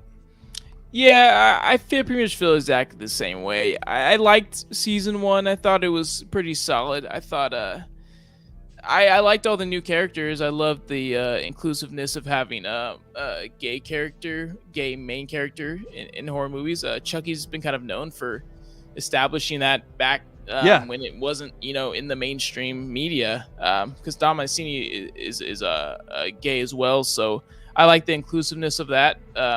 Glenn and Glinda's pretty cool. You don't usually see that in horror movies. So. And we know that's coming back now. Yeah. For season 2. So like that's exciting, Like okay, that's exciting exploring stuff. Those characters that Cedar Chucky is pretty terrible, but but it's fun. It's a shit show, but it's fun, Exactly. So yeah, I'm excited about it. So my expectations are kind of just if it's good, it's good. Yeah, but I'm not really expecting it to be like amazing. I have seen some other shows lately where it's the same kind of vibe, and they're just like they're so like whatever. Like I could be watching something else. Is how I feel about it. But Chucky was like, to me, it was just good enough for me to be interested in season 2. Like I think it was just okay enough for me to go see season 2 and see what they do. But I like episode 5 was like my favorite episode. Like episode 5 was fucking awesome. It starts off with Andy and Kyle and they're like going and hunting down all the Chuckies. Yeah. That like fiction references and stuff. Yeah. Right. It was odd. I was like, dude, you should have either made that the entire show or like all the Jake stuff its entire show. Like these are two really good ideas that are fighting for airtime. You know what I mean? That's how the whole season 1 feels to me. Episode 5 onward, and there's so many good ideas, but none of them are, I feel like, developed fully. Season 2 could fix that for sure. That's still up in the air, but we'll have to see. I really quickly want to say hi to Juliana Smiler. Hello, welcome, Smiler household. Hola. These are good friends of the channels. Welcome to the stream. We appreciate you guys stopping by. Heck yeah. Oh yeah. Hey, give me 1 second. I'm gonna get some water real quick. I am thirsty. Go get some water, man. BRB. BRB, hell yeah. So how is everyone else feeling about that? Are my takes on Chucky just total dog shit, or what do you guys think? I feel like they should have a Scream type ending, like Corey has a family member we don't know about, or something crazy. Make it a twist. Hey, I'm down for that. Listen, if they can write a good twist for Halloween, I'm down. I'm always down for a good twist. I'm gonna do a review on The Invitation. When am I gonna do that? Probably Friday morning, because I'm gonna be pretty wiped by Thursday night. I'm going to see The Invitation tomorrow night. It's at like 6ish or something, I think. So I will have a review of that Friday morning. I'm very excited to talk about that. I'm also gonna. Tomorrow morning, I have a Scream update, which I've seen people talking about. Don't worry, we'll be talking about that tomorrow morning, as well as what else? I want to make a video on something else. It's all written down somewhere. Probably Halloween, because I have a lot of Halloween stuff to talk about. But there's gonna be a bunch of videos tomorrow. No worries. Lots of fun stuff coming your way tomorrow, especially. For Chucky season 2, they should bring back old characters from different movies. I'm actually totally down for that. Once again, though, they gotta figure out that balance, man. It is one of the most unbalanced TV shows I've ever watched, and if they can't figure that out, I don't know. I just don't know what they're gonna do. I would love for them to do something that focuses on the old characters, and that's why I was so excited for the Chucky TV series. They advertised it like, oh, it's going to complete the cliffhanger that we've been on from the last movie. And I think if there wasn't a cliffhanger in Cult, I wouldn't have cared that much. I would have been like, hey, whatever, okay, brand new thing, new take on Chucky, cool. But they were promising us this like awesome fucking continuation to that, and we don't even get that satisfaction until episode 5, and then you give us this whole other story happening from episodes 1 through 4. I'm just like, what's happening here? Like, where is this going? They should have just been like, hey, fresh take on Chucky, nothing from the legacy characters, brand new characters, we're focusing on that. Cool. One or the other would have been great, but it just feels like two ideas fighting for viewership that whole season of television. I actually can't remember a single character name in Chucky TV series. In all fairness, the only reason I remember Jake is because of Jake. But well, yeah. But I did enjoy watching it for the most part. And yeah, I agree. I don't think it's awful. Like I don't think it's the worst thing ever, for sure. But I just feel like it has the potential to be better. It has the potential to be much better. And I hope season 2 does it better, because Chucky is so good. Like we were talking about Seed, about how we don't like Seed, but I honestly like all the Chucky movies. I think all of them are at least good. All of them are very fun watches for one reason or the other. This is a franchise that has done very different things in every like phase of the franchise. Like in it, like 1 through 3, we're talking about Child's Play. So it's very consistent franchise. Right? Like I feel like 1 through 3 have a certain feel. Bride and Chucky and Seed have a certain feel, and then like Cult and Curse also have their own feel to them. Like this is a franchise that keeps finding ways to reinvent itself in really creative and different ways. If it's changing up the tone, changing up the setting, changing up the type of characters, whatever. And the show is the first time I've been disappointed with how they changed something. It's the first time. Like every other version of Chucky, I'm like, this is so cool and so different. I appreciate that so much.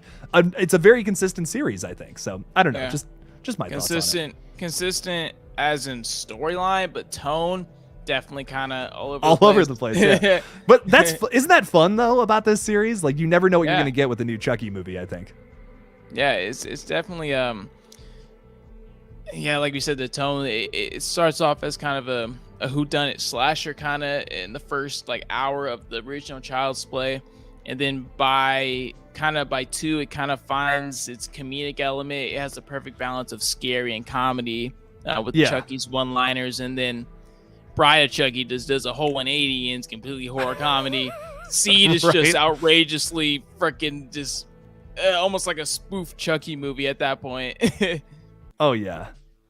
But I just feel like they always like, you got to do that in franchises. If you don't constantly find ways to reinvent yourself, like you're just gonna I'm just gonna lose interest. You can't just give me the same thing over and over and over again. So I don't know, just my thoughts. Yeah, I think that's why I do have the respect for Dom Mancini. He's not afraid of changing stuff up. He's definitely a very he's very ballsy. He's not scared of doing things he wants to do, which I respect. Absolutely. Yeah, no, I totally agree. He's very ballsy, has very different, like crazy ideas for the franchise and where it can keep going, which is cool. And that's the other thing I appreciated about season 1. It is very experimental, for some different reasons. But I just want to, it's got to be a little more consistent. It's got to be just a little more consistent for me to really, really fuck with it. Yeah, I definitely agree. I'm excited for all the stuff we're getting, especially Halloween, because it's kind of bittersweet because we probably won't get a lot of we won't get a Halloween movie probably in the next, I don't know, how many years do you think they're gonna take? I'm guessing like if this one's successful, I'm guessing it's only gonna be like 5 years, but totally depends. This Peacock thing is kind of throwing a monkey wrench into all that, I think. You think so? You think 5 years? I'm thinking maybe like 8. Like I don't know, maybe just kind of I don't know, because like I don't know where they're gonna go from here. We don't know yet until we see ends, just where they can branch off. Obviously it's probably gonna be a remake of some kind, or maybe they do Season of the Witch, which would be pretty cool. I would not be against a Season of the Witch continuation or a remake or something. There's would be cool for sure. So there's this fan film out. I don't know if it's out or not. I know it got funded earlier in the year. Where it's kind of a continuation to Season of the Witch, which I think is cool. Yeah. I'm so down for that. If like a studio wants to take that approach as well, that would be so interesting to me personally. Let Womp Stomp Studios do it. Oh, hell yeah. Womp Stomp doing that would be sick. I would love for them to take over Friday the 13th for sure. I think they have so many great ideas. And if they had like a budget of like, over 10 million, they could definitely do something pretty cool. Imagine them doing fucking that though, like Halloween 3 continuation. That would be insane. They had like a $25 million budget. They could do something super cool because they have like all the ideas and all the creativity. It's just give them more money, man. They could definitely do something awesome. I would almost have it take place right where we left off. Like Tom Atkins is screaming, "No! Oh my God!" and all these kids like just fucking, and maybe instead of their heads like turning into bugs, they're just like all possessed and start killing people. Like those masks just like suck onto their faces or something, and like all these kids are running around with Halloween masks, dozens of serial killers walking around. That could be really cool. That would be a fun movie. I think that would be fucking insane. Yeah, something like that would be dope. But the bugs are pretty awesome too at the same time. Yeah, So. super kind of gory for the time. I mean, for the mid '80s, you know, horror movies are just starting to get really kind of gruesome. Pretty much Friday the 13th kind of made it all about the kills during that time. Even with Halloween 2, you see from '78 to Halloween 2, the gore factor is all the way up. That's like the first time you see Halloween kind of competing and trying to keep up with Friday the 13th at that time, because that's what they thought viewers wanted, which is more blood, more crazy, awesome kills, which they were right for a certain extent. So Halloween 2 was definitely one of those movies that was like, you see the tone shift. Yeah. Oh yeah. And that's cool to me. You know, you see with the Halloween franchise, you can almost like see where horror progressed all throughout these years from '78 to now. And it's so interesting. Like even like H2O and like H2O and Resurrection, they have like that late '2000s slasher feel to them. Yeah. Like almost like they're trying to copy like Scream or something. And that's cool to me though. I think in a certain kind of way, because it's almost like Halloween is like this time capsule for how horror has been viewed since '78. Which I don't know. It's a dope franchise for that reason. That's kind of why I wanted to keep going past this. Like I want to see what they do next in like 5 to 10 years, something like that. What happens to the slasher genre next? Yeah, what the state of horror is kind of. It's just like Halloween's really been around for every era of horror. I mean, '70s, '80s, '90s. Mid 2000s, and then the 20s now, which is insane to think about. I know, like it's 40 years, man. It's a long time. It's crazy, man. And I'm really excited. Like I'm really pumped for Ends, but I am starting to look towards the future, like what they do next with it. And then this is gonna kind of revitalize Friday the 13th and Nightmare on Elm Street and all these other great properties that are probably gonna come out because of this. I really hope they do another Friday the 13th, man. I'm really looking forward to that.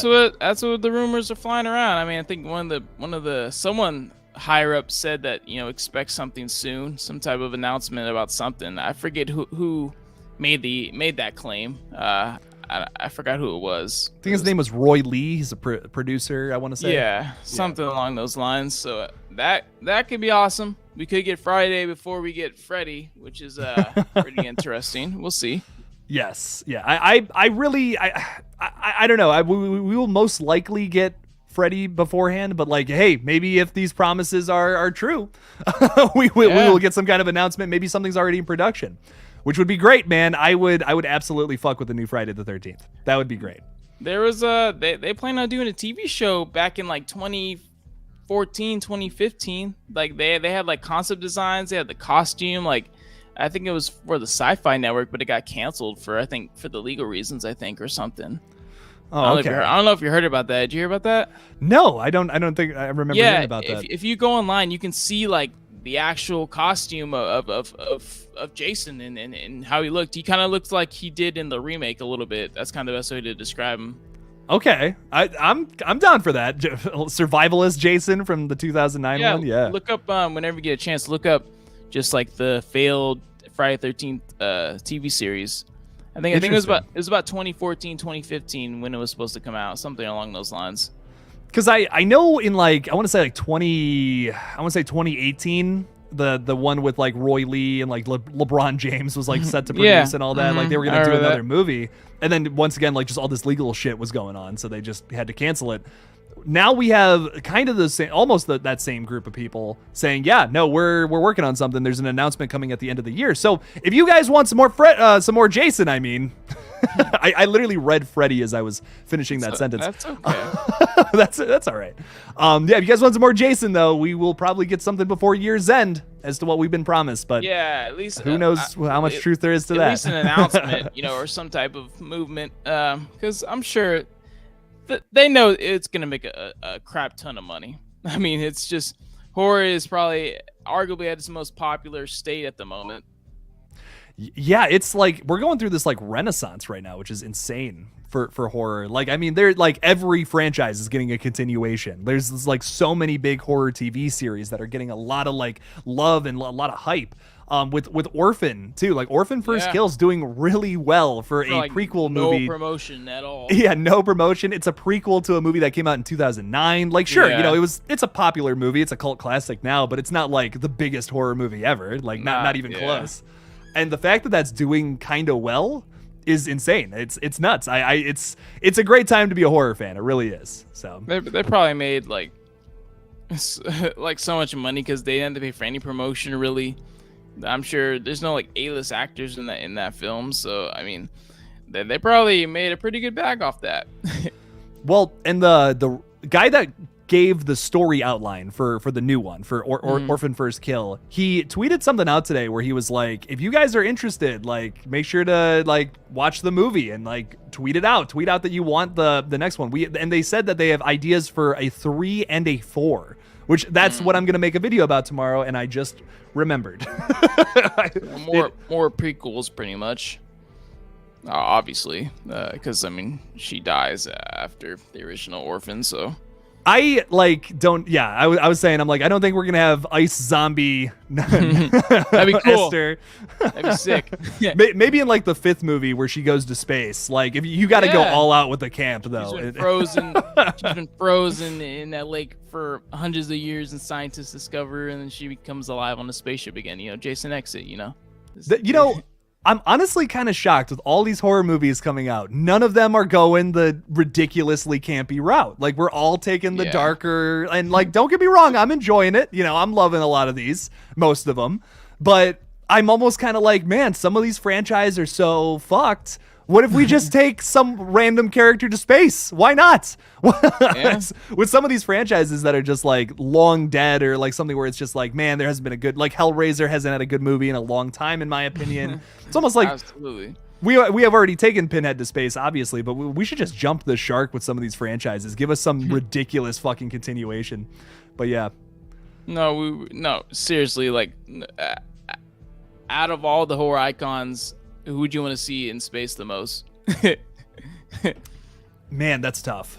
That's tough because like there's so many weird opportunities for because we have two. Leprechaun and Jason have already been in space, so I would almost want to see like a Freddy Krueger in space movie, just because it would be so like that fits the tone of the Nightmare movies, because you know they're pretty goofy and campy. You know, I think that could work personally. Imagine all the dream sequences you could see in space with Freddy.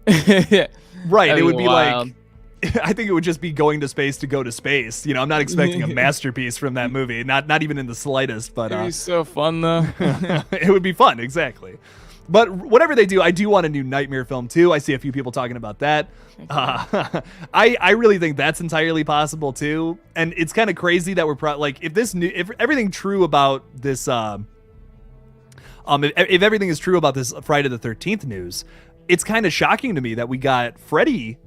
I mean, we got Jason again before we got Freddy, which is like, that's totally nuts to me. There's like not really any crazy legal stuff going on with the Nightmare on Elm Street franchise at all. I don't know why they're not making another one of those. There's not even any like development rumors or anything. There's like nothing on that. I don't know why. It's crazy. I think it's just kind of tough to recast Freddy. You know, maybe that could be it. That's a tall order. You know, I can't think of anyone who could really capture that essence of Freddy. I agree. I think that's the toughest casting, I think, for sure. Mm-hmm. But like, because he's so vocal and has so much personality.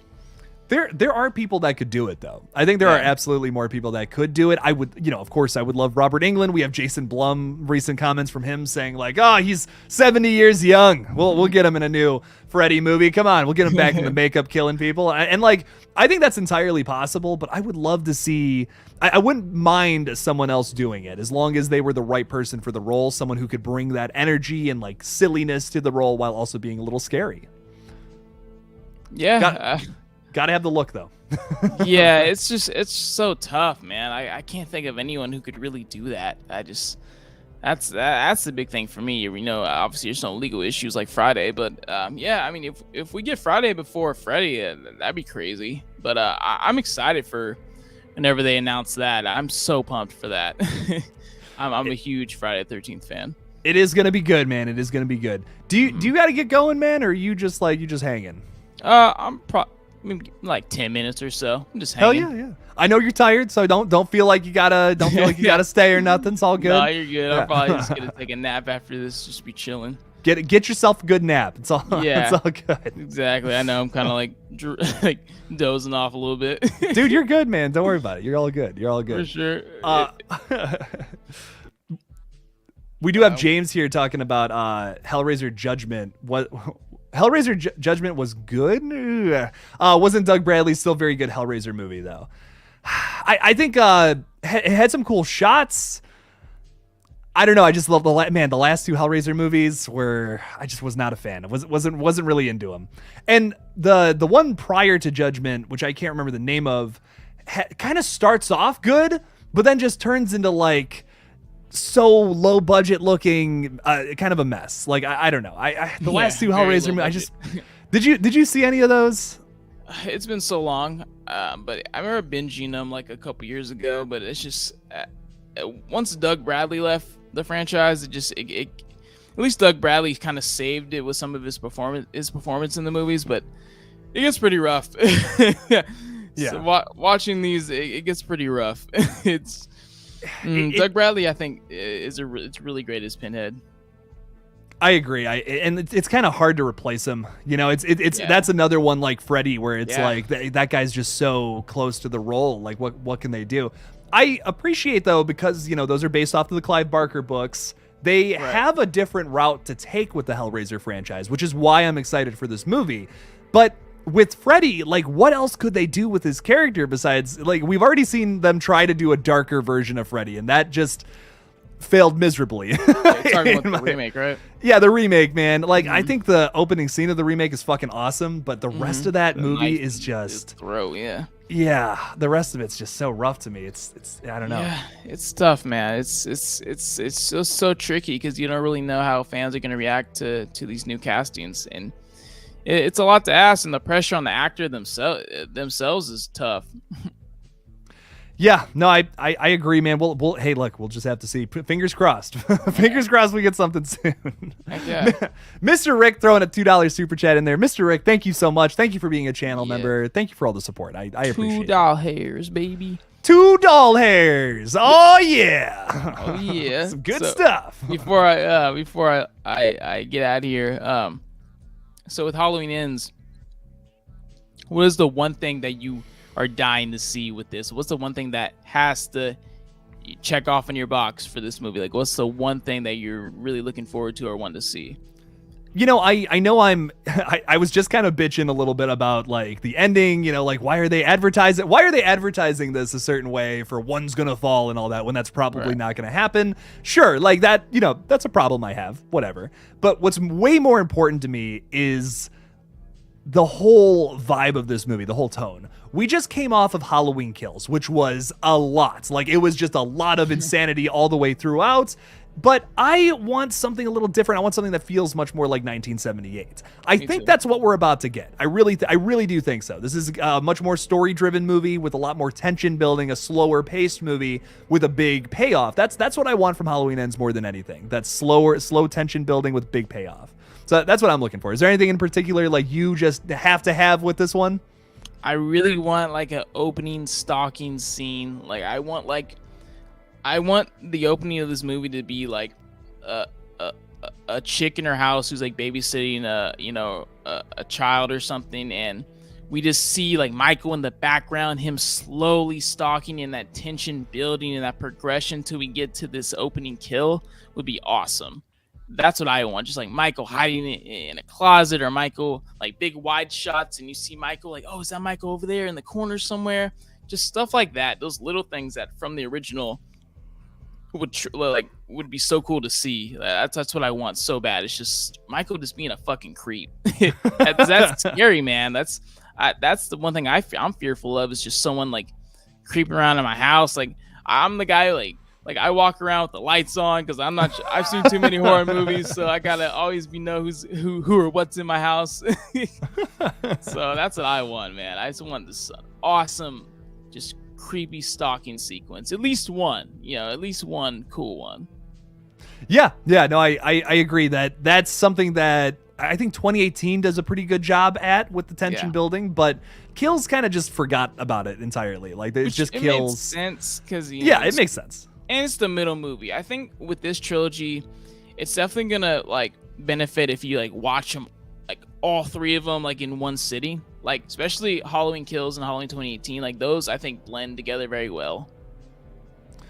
Yeah, I think Seamless. yeah, watching them back to back I think definitely helps my enjoyment of Kills for sure.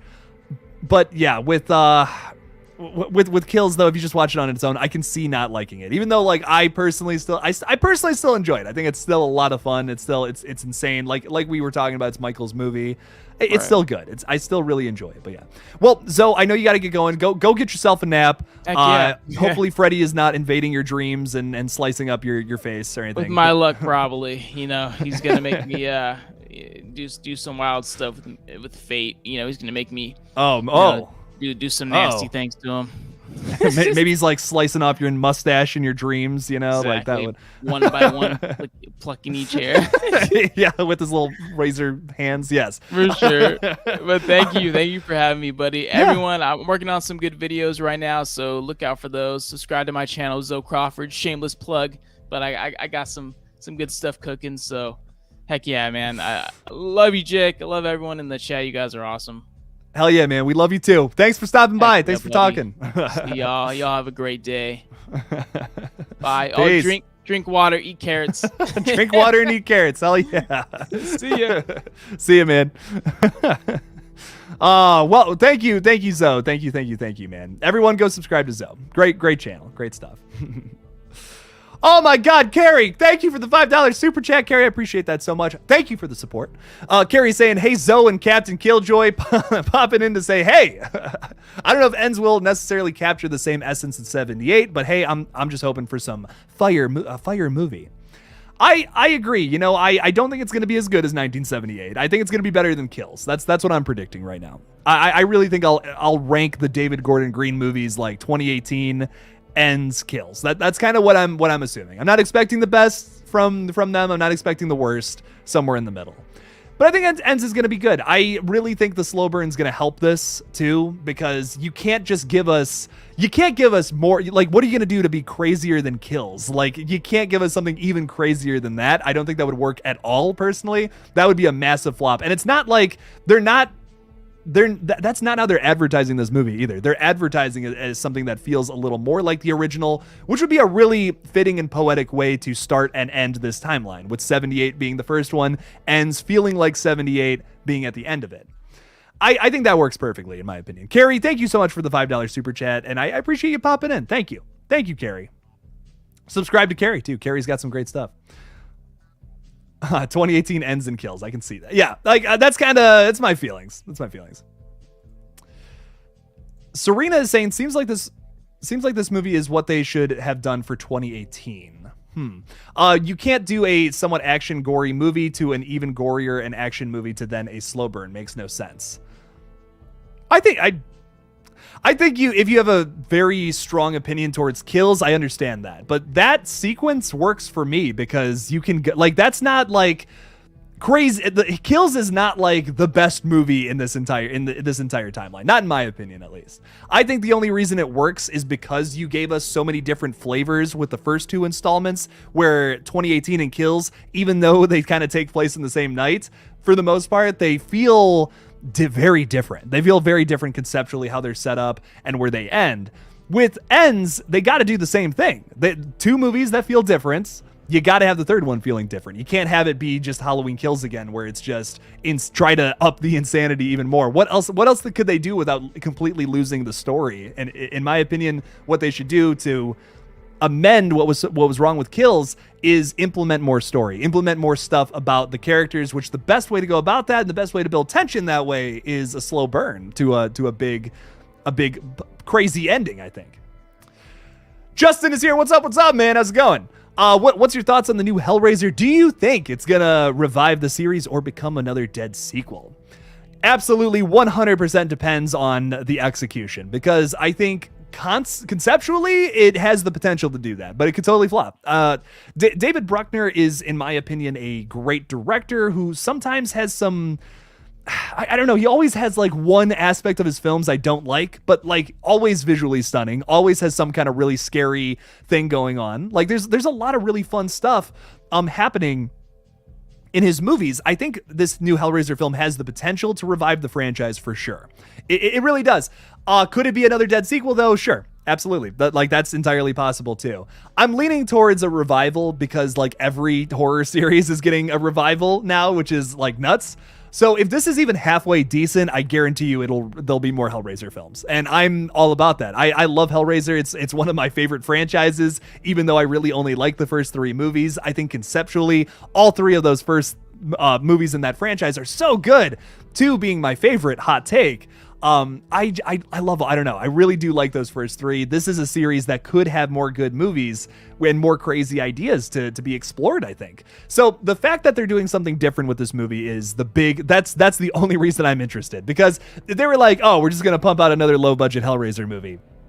Okay, like, cool. You just did that for like 6 movies before this, but all right. But this is something different. We're focusing, it's much more of a remake, and it's focusing much more on what the book does to much closer. So this could be good. This could be something that works, but on the other hand, it could flop too. We'll just have to see. Hopefully it's good. I'm really pumped. I'm really excited for it. I think it's going to be good. That's kind of just my very early predictions. We don't know too much about it either. You know, we haven't even gotten like a full-on trailer. We got that little teaser today, I believe. But I bet soon we're going to get a full-on trailer. It could happen tomorrow, honestly. That's how a lot of these movies have been advertised. So might look out for that tomorrow, gonna be honest. Charlie, I am very excited for Evil Dead Rise. This is probably one of the movies for next year that I'm the most excited for now, which has a release date of April 21st, 2023. I'm very, very excited for the new Evil Dead. I think it's going to be great. That and like that, Scream 6 and Insidious 5 are the 3 movies that I'm unbelievably pumped for 2023. I really think that's going to be those are going to be some of my favorites from next year.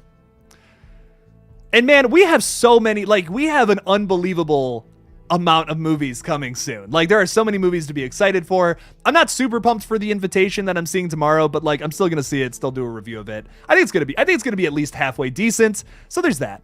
But we have Barbarian next week. We have, what else do we have? We have Don't Worry, Darling, September 23rd. We have Smile, September 30th.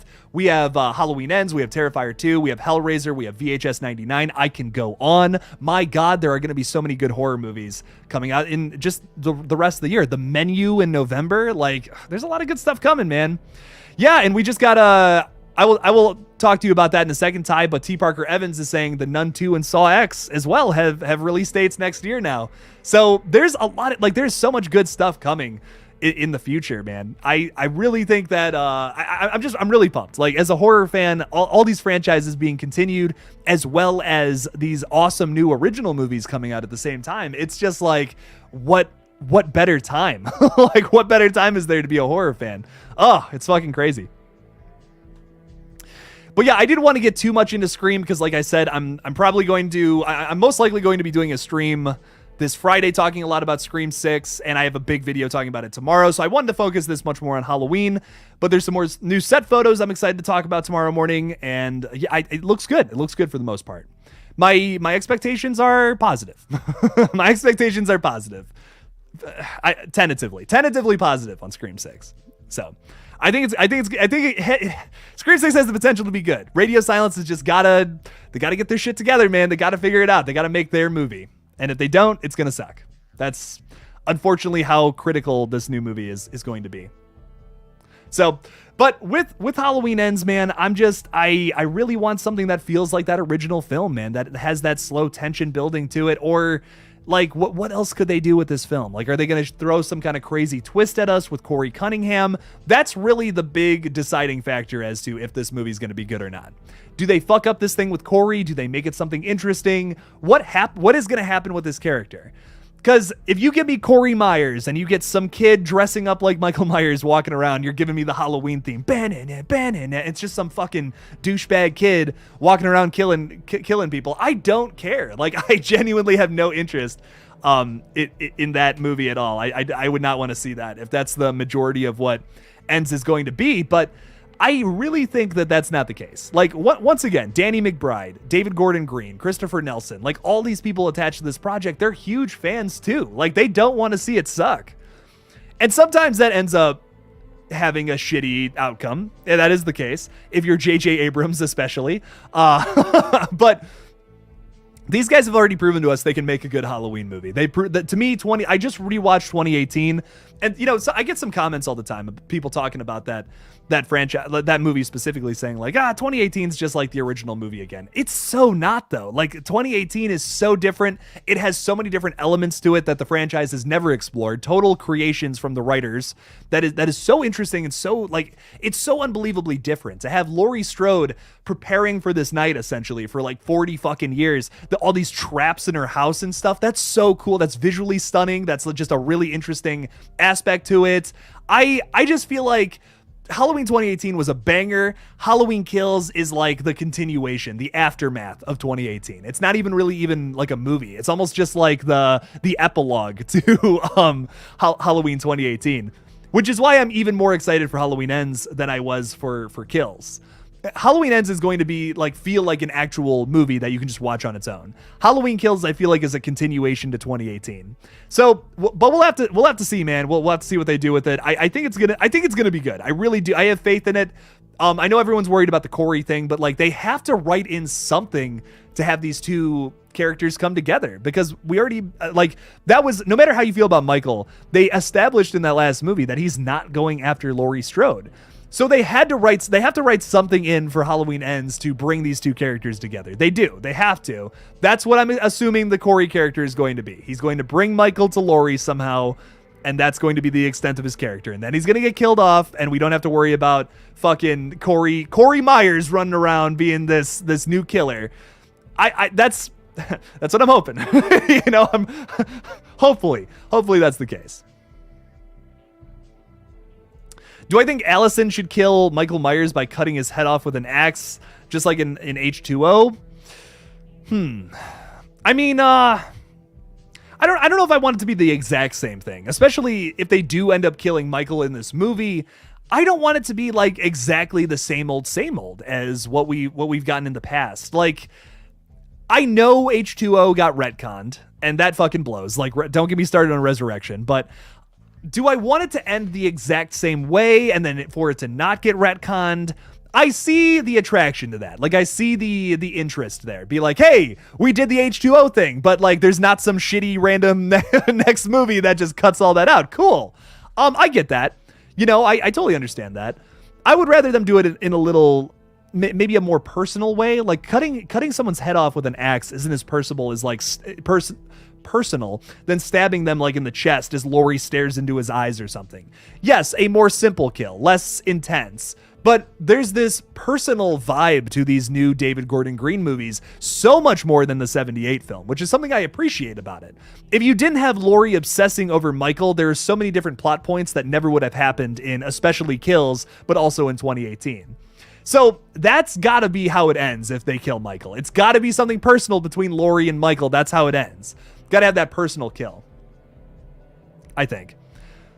And that's like, listen, Ty, that's also me just being so fucking picky. Like, that is me being unbelievably picky about how they should do it. But the attention to detail there is kind of cool, I think.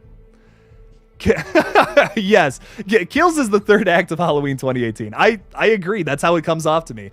And I don't hate it, like I don't hate it at all. But it just doesn't feel like it's just structurally not as sound as how 2018's is. Screw H2O, says Serena. You really don't like H2O? Okay, all right. I don't hate H2O. It's all right. It's okay.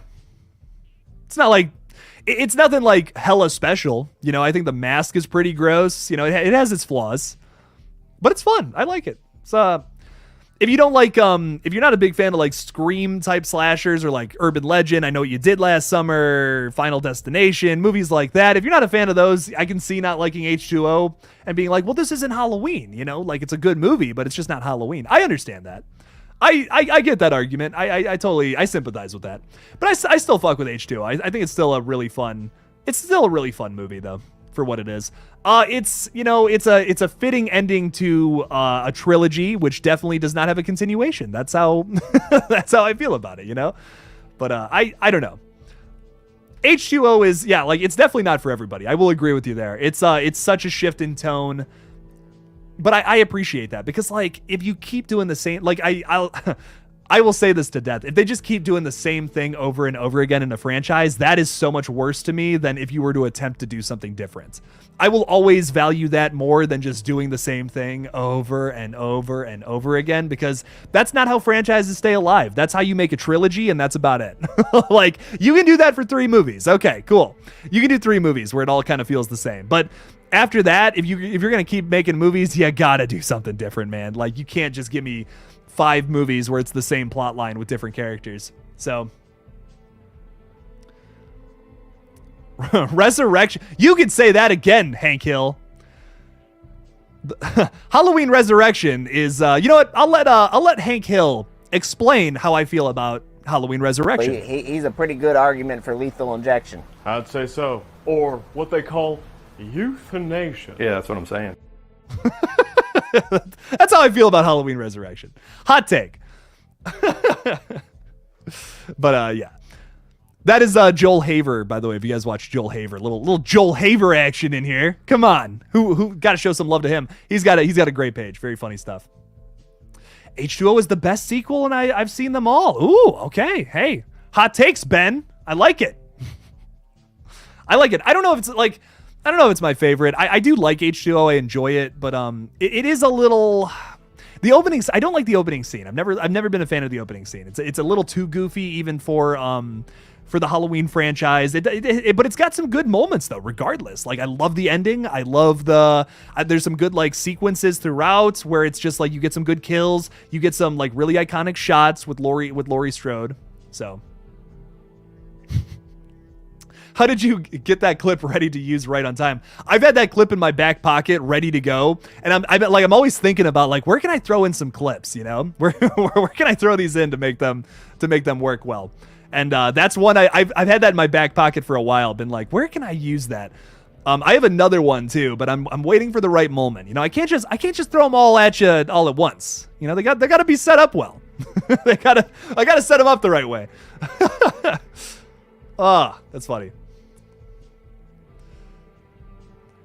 The Michael and Laurie Wright was dull, needed more action and throwdowns. Oh, like their fight at the end.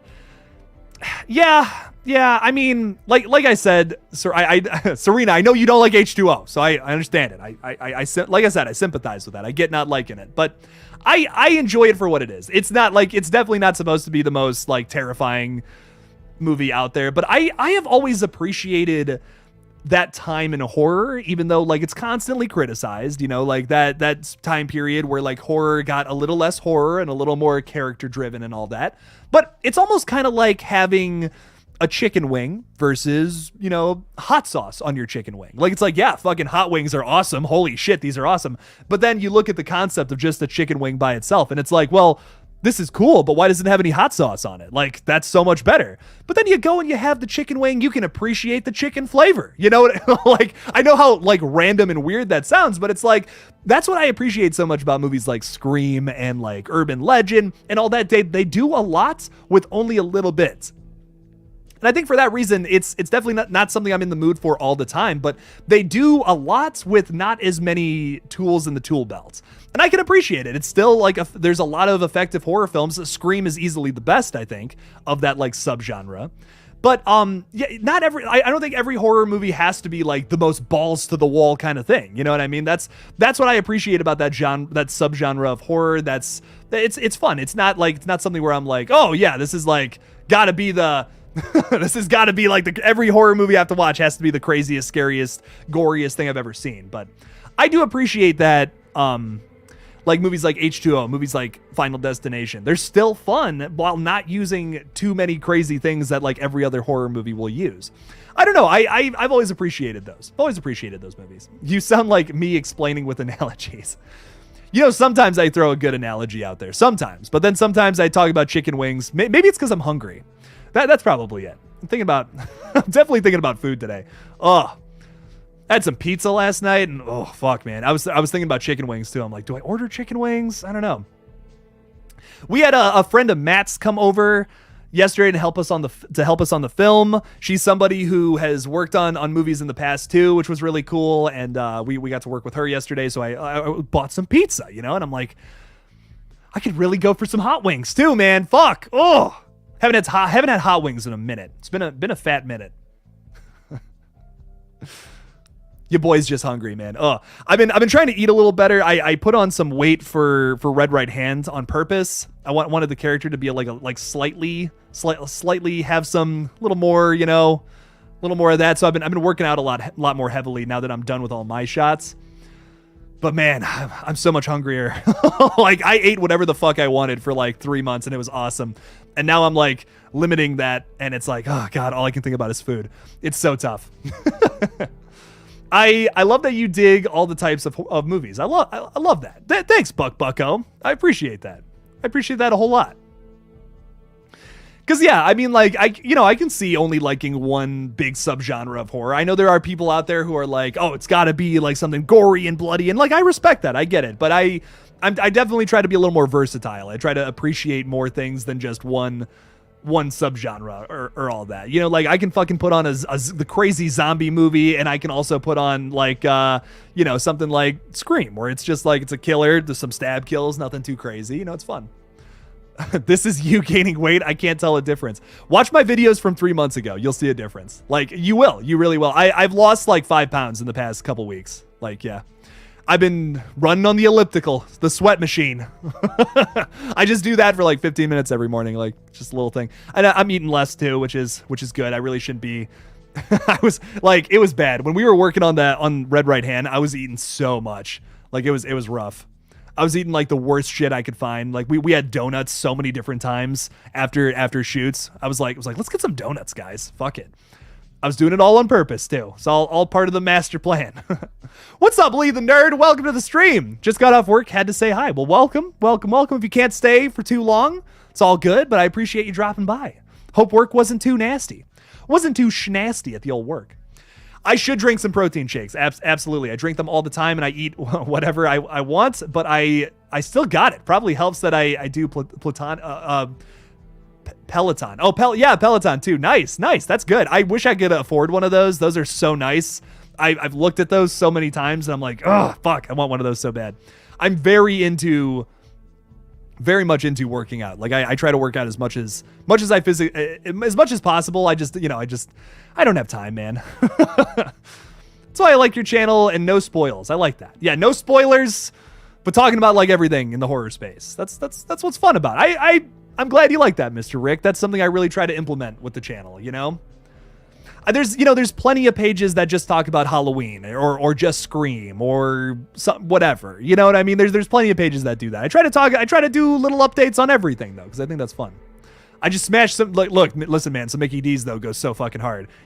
Don't feel guilty, Hank. Don't feel guilty. Eat what you want to eat. This is your one life to do whatever the fuck you want. You should not feel guilty for doing whatever the fuck you want. This is your time to do whatever the fuck you want to do. Go for it. Smash some McDonald's. Eat a box of donuts if you want to. Go for it, man. Have fun. Do whatever the fuck you want. Man, don't do whatever the fuck you want. But I mean, hey, fucking vibe. If you want to eat a whole ass Big Mac or whatever the fuck you get from McDonald's, go for it. Because, man, let me tell you, these past 3 months, 3 weeks ago, I started really going nuts working out again and all that. That's why I can feel confident in the old tank top again. But your boy had a dad bod. I still have a dad bod. What the fuck am I saying? I still got the old tummy, but it's slowly going away. Slowly getting there. Time to shine. Eat some Pop-Tarts. Fuck yeah. Let's go. You guys ever see South Park where Eric Cartman makes a fucking sandwich out of the chocolate syrup and the Pop-Tarts and all that? That's so funny to me. I don't know why. That's just that's so crazy. Don't feel guilty eating a whole pizza. You go, girl. Eat yourself a whole pizza. I have done that many times. So if you have only one time where you did that, that's okay. that is just okay. I have done that countless times. So do not feel bad for doing that only once. Do not feel bad. Try being 32 and pray you can keep an 8-pack. Yeah, man. It gets harder when you get older, man. I'm gonna be 24 in less than a month. Oh my God, I'm going to be 24 in like exactly a month. Ugh. God. I shouldn't be complaining because at least I'm still in my 20s. At least there's that. So, but yeah. How would you want to see a Chucky in space movie as a non-canon one-off? I'd be down for that to be canon, honestly. I'm going to be honest. I think Chucky is the perfect slasher to send to space. I agree. Next Gen Studios. This would be nothing new for the franchise. This would be nothing new for it to do something crazy like that. I don't think at all. You know, a lot of people are talking about like movie-wise with Child's Play. Oh, we need the sequel. We need the sequel to Child's Play 2019. We need that to happen. I'm kind of like I'll see it if they make it, whatever. But I want them to make one that continues after the show or like after wherever the canon is for where we're at with the movies and the TV show and stuff. Yeah, no, that's what I really want. Don't come. But absolutely, I would be so down to send Chucky to space. That would be insane. Why would Chucky be in space? Does it really matter? Like, Chucky climbs aboard a fucking ship going to Mars or something, starts killing people. Because Chucky's chaotic, doesn't give a fuck. Doing some voodoo in space. I don't care. Go for it. Go for it, man. T. Parker Evans is saying, don't complain about being 24. I'm 25. You're so old. No, I'm just kidding. No, I'm kidding. I'm totally messing with you. Yeah, no, I shouldn't be complaining. A lot of it's weird. Like all of my friends are either like 2 years older than me or like 2 years younger than me. And some of them are also 23 going 24, but it's almost always that.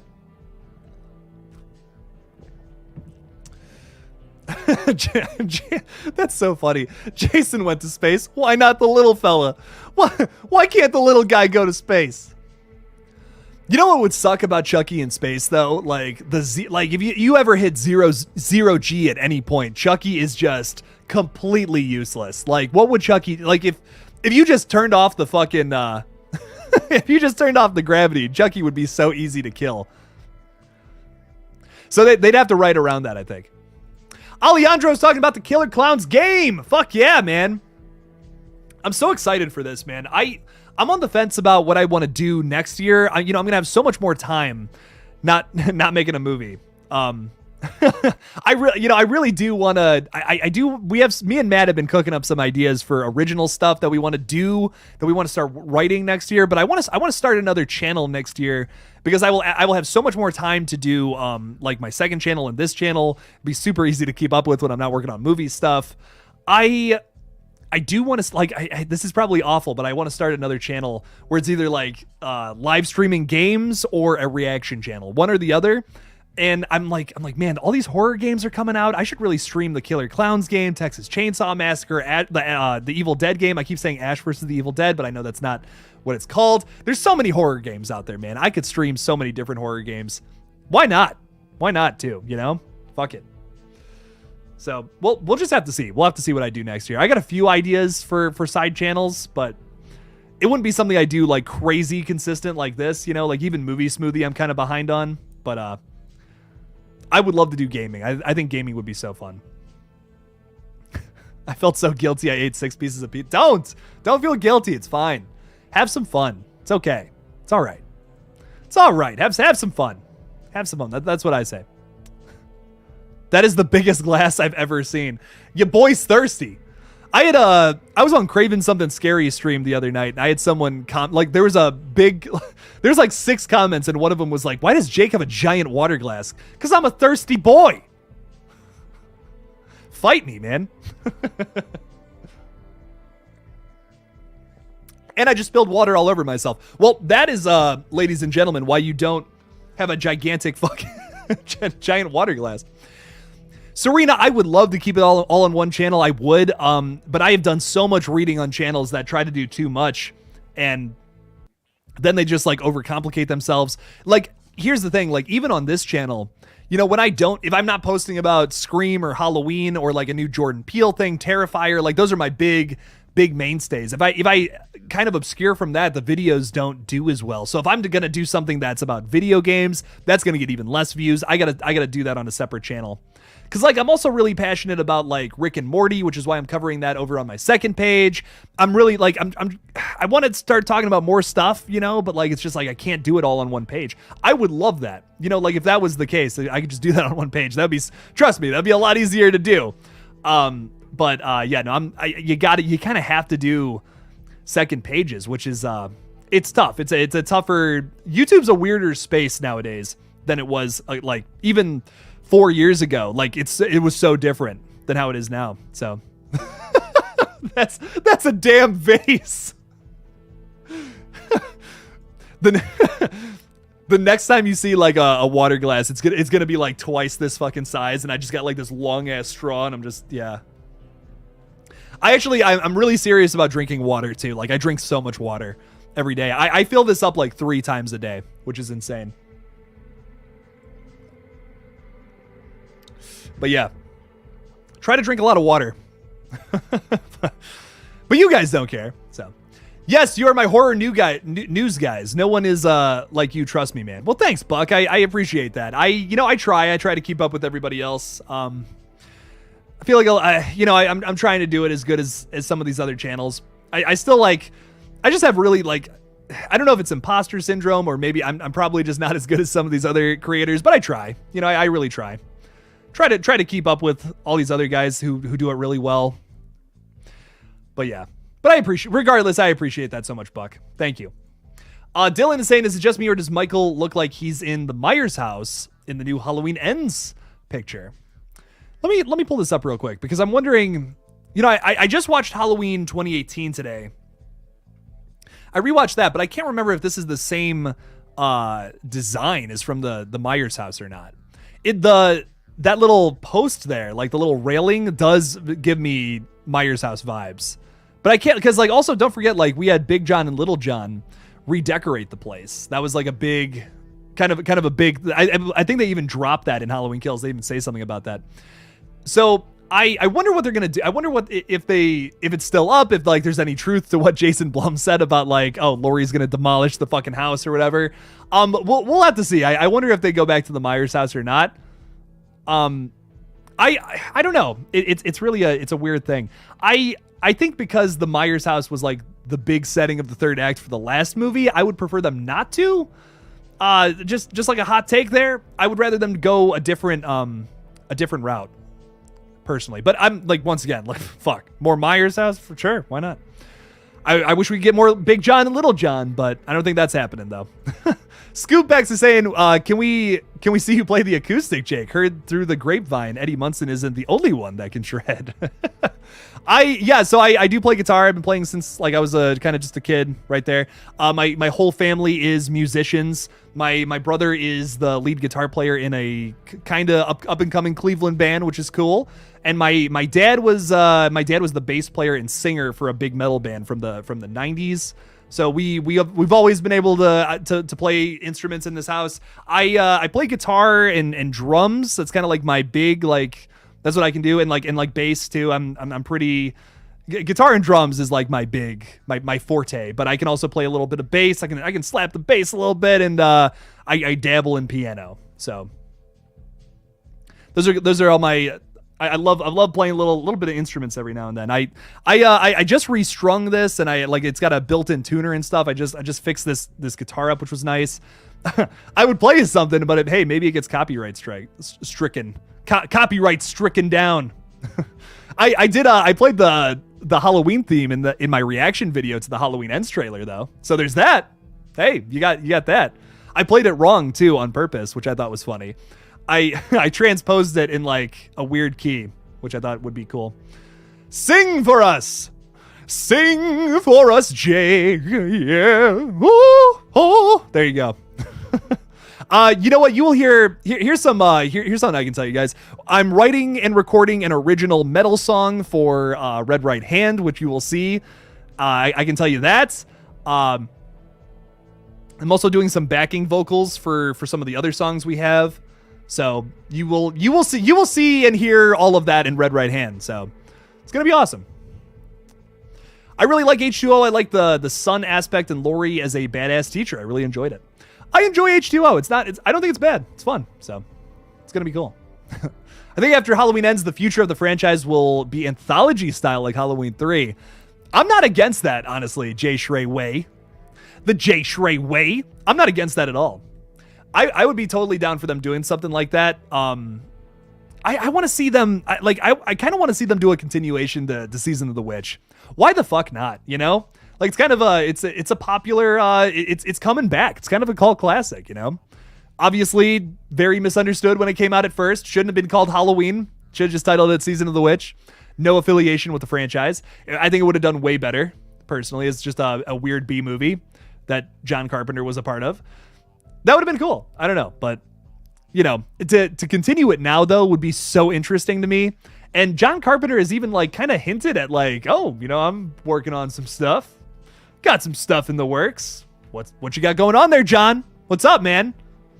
I want to see John Carpenter come back like how David Cronenberg is coming back right now. Like Cronenberg did maps to the, what is it called? Like Maps to the Stars or something like that. And that's pretty, I haven't watched it, but it sounds pretty mid. Like I'm just not excited. I'm not pumped to watch that. And then he comes out with Crimes of the Future this year. And it's just like a fucking mind-blowing, face-melting new movie of his. It's probably one of my favorite Cronenberg films. It's so good, and it's so oddly funny too. Like it's kind of a horror comedy. It's as close to as horror comedy that he's definitely come to, and I loved it. I don't know. I would love to see John Carpenter come back with something that feels like his older stuff. You know, like his 90s stuff has a certain feel to it. You can still feel his influence there, but if it's different, you know, it's still different. And then, you know, he makes like the fucking Ward and all that, which is whatever. And, you know, it's okay.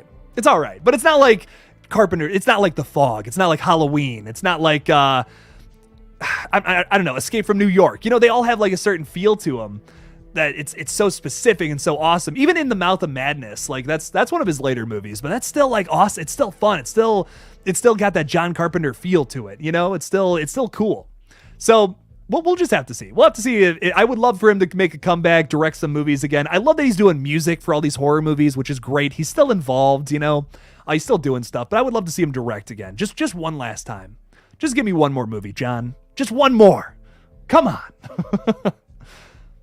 Carrie Crave Cinema is throwing part 2 out there. Yes, that's my brother's band. They do some really good stuff. They're working on a whole album right now too. They're writing and recording it, so I'm really excited for you guys to listen to that. They're also writing an original movie for Red Right, an original song. I mean, for Red Right Hand. So, Village of the Damned is great too. I love Village of the Damned. That's a great movie, man. Great remake. John Carpenter did a really good job with that one. Is it possible that Ends is paying homage to Season of the Witch? If Michael's mask gives him some kind of power, it's his obsession. My theory as to why the mask has been so central in 2018 and kills. You know, Jared, rewatching Halloween 2018 today really made me think about something. I don't think it's too out the window to say that Michael's possibly supernatural in this new timeline.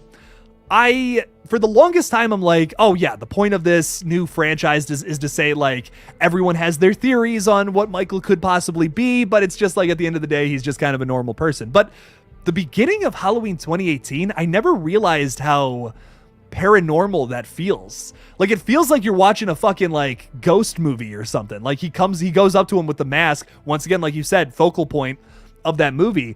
And he's like, say something, Michael, say something, you know, and then all the people around Michael are like just going nuts. They're freaking out. Why is that? Like, is it just because, you know, is it just because they're scared of Michael? Is it because he radiates some kind of paranormal energy? I don't know. Like, I really think there is something to that. I don't think they should answer that question directly. You know, I don't think that should be like a direct answer.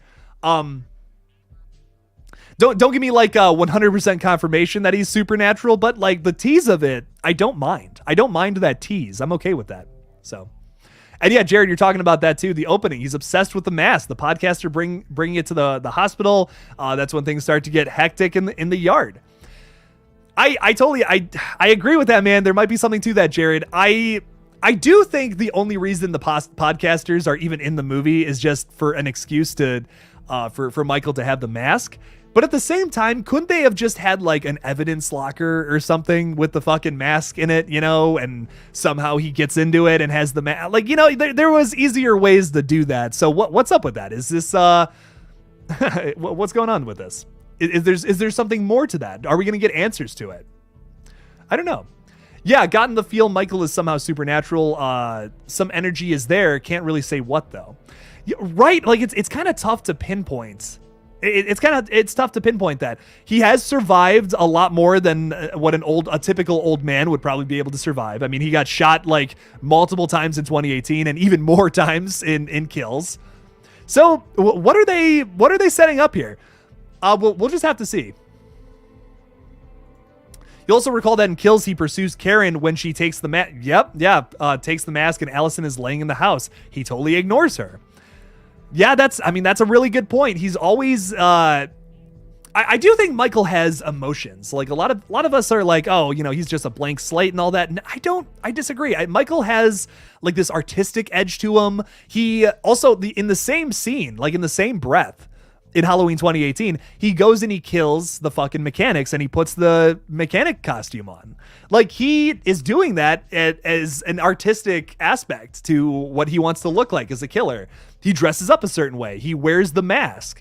It's all part of his flow. Like it's all part of his like artistic style in a weird sort of way. You gotta wonder. And I think because he's so hard to understand, because he's such a weird person, he's so like not I just got a really funny comment.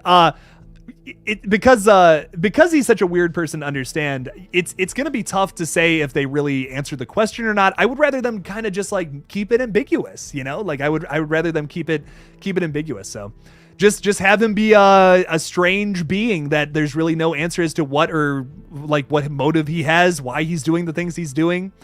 If I had to answer, so I used to be a Browns fan until the organization decided to just be the worst fucking organization in the NFL. So and considering some things going on with the Browns right now, like, fuck, man, I'm just not even excited to watch the games anymore, man. I'll say that, Jigsaw. Like, you know, if you're following the NFL even slightly, fuck, man, god damn, what the hell, and all I'm going to say, if you're a horror fan who does not care about football, I will get off of it after this. The Browns have made possibly the stupidest decision in all of football history just in the past year. Like it has got to be the stupidest thing I've ever seen a football team do. I can't root for him. I really just can't root for him anymore. Okay, I'm done. No more football talk. I promise. We're done. That's it. I had to get that out because fuck, man. God damn. I gotta head to bed. It's 2 a.m. Oh God. Nice to check out the stream. Take care, bro. Could you play? Of course, Justin. I got you. Because holy fucking shit, it's Ghost. Holy shit, it's Ghostface. There you go, man. Welcome. Thanks for stopping by, Justin. I appreciate that. Get some sleep. Holy crap, 2 a.m. Jeez, it's almost like me staying up till 5 a.m. working on stuff.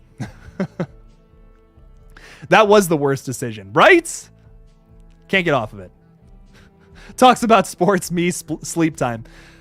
The only, I'm not even the biggest sports fan. Just the Browns I used to be so passionate about the Browns, and now I don't care. And now I just don't care. Oh, Bucko with the $2 super chat. Thank you so much, man. I appreciate that. Buffy remake show was canceled. Are you upset? I'm a fan. I've never watched Buffy, but I'm interested. I'm interested in checking it out. I love Sarah Michelle Gellar and just about everything she's in. I recently rewatched the Grudge remake, which I fucking love. That movie is so good. I'm sad that it was canceled for Buffy fans. I am, but I've just never seen it myself. I'll have to check it out one day though. I've talked to a few creators in the space who are like, dude, you've never seen Buffy? Like, oh, you gotta watch it. It's so good. And I absolutely will add it to the list. I know Critical Overlord's like a huge fan of Buffy. He tweets about it all the time. There's a few other like creators in the space who are like big fans. I've just never checked it out. There's so many shows. Like there's so many fucking shows, man. So one day for sure. Bruh. Got some porn users in the chat. God damn. Yeah, bot time. I know. Bucko, thank you so much for the $2 super chat, man. I really appreciate it, though. But yeah, I'm regardless. I'm so excited. I'm really pumped for Halloween Ends. But I know a lot of us have our concerns. What I will say, kind of like closing thoughts for this live stream, because I'm gonna wrap up here pretty soon. I will say, like, I think a lot of us are worried for specifically one reason in particular. Well, okay, two reasons now with Peacock and Corey. Peacock and Corey are the two reasons we're all concerned about this. I really think it's going to be good. You know, I think it's going to be one of those good. I think it's going to be a good movie. I think there's still faith. I have faith in this movie for all the reasons we just talked about. I think it's going to feel a lot more like the original, and it's going to be so emotional. It's going to be a crazy ending too, I think. But we'll just have to see. You know, we'll just have to see in October. Carrie, thank you for the $2 super chat. You need to watch Buffy. I've watched and rewatched. Ooh, that's high praise. That's high praise. Yeah, I blocked don't worry, I blocked the porn accounts. We took care of them. It happens, you know, just happens. Don't click on that shit. don't do that. Yeah, no, I will absolutely check it out eventually. But Carrie, thank you for the super chats. Thank you for all the support tonight. Thank you to all my channel members. You're all the best. I love you all so much. Thank you. One more time, I will say this. If you're like, oh my God, I need more Jake talk in my life. God, I need more horror talk. I will be over on, where the fuck is this picture? I will be over on Gory B's stream tonight, over on the Gory B channel with the Night Watch Zone and Maverick Media as well. We're going to be talking about Halloween 2018. So if you don't want the conversation to end, go check that out at 10 p.m. Eastern time. I'm going to take a little break. Got to get some food in the old gullet because I have not eaten all day. And then, yeah. So go check that out. Much love to you all. Thank you so much for hanging out with me tonight. I love you all so much. Thank you all so much for hanging out. So I appreciate it.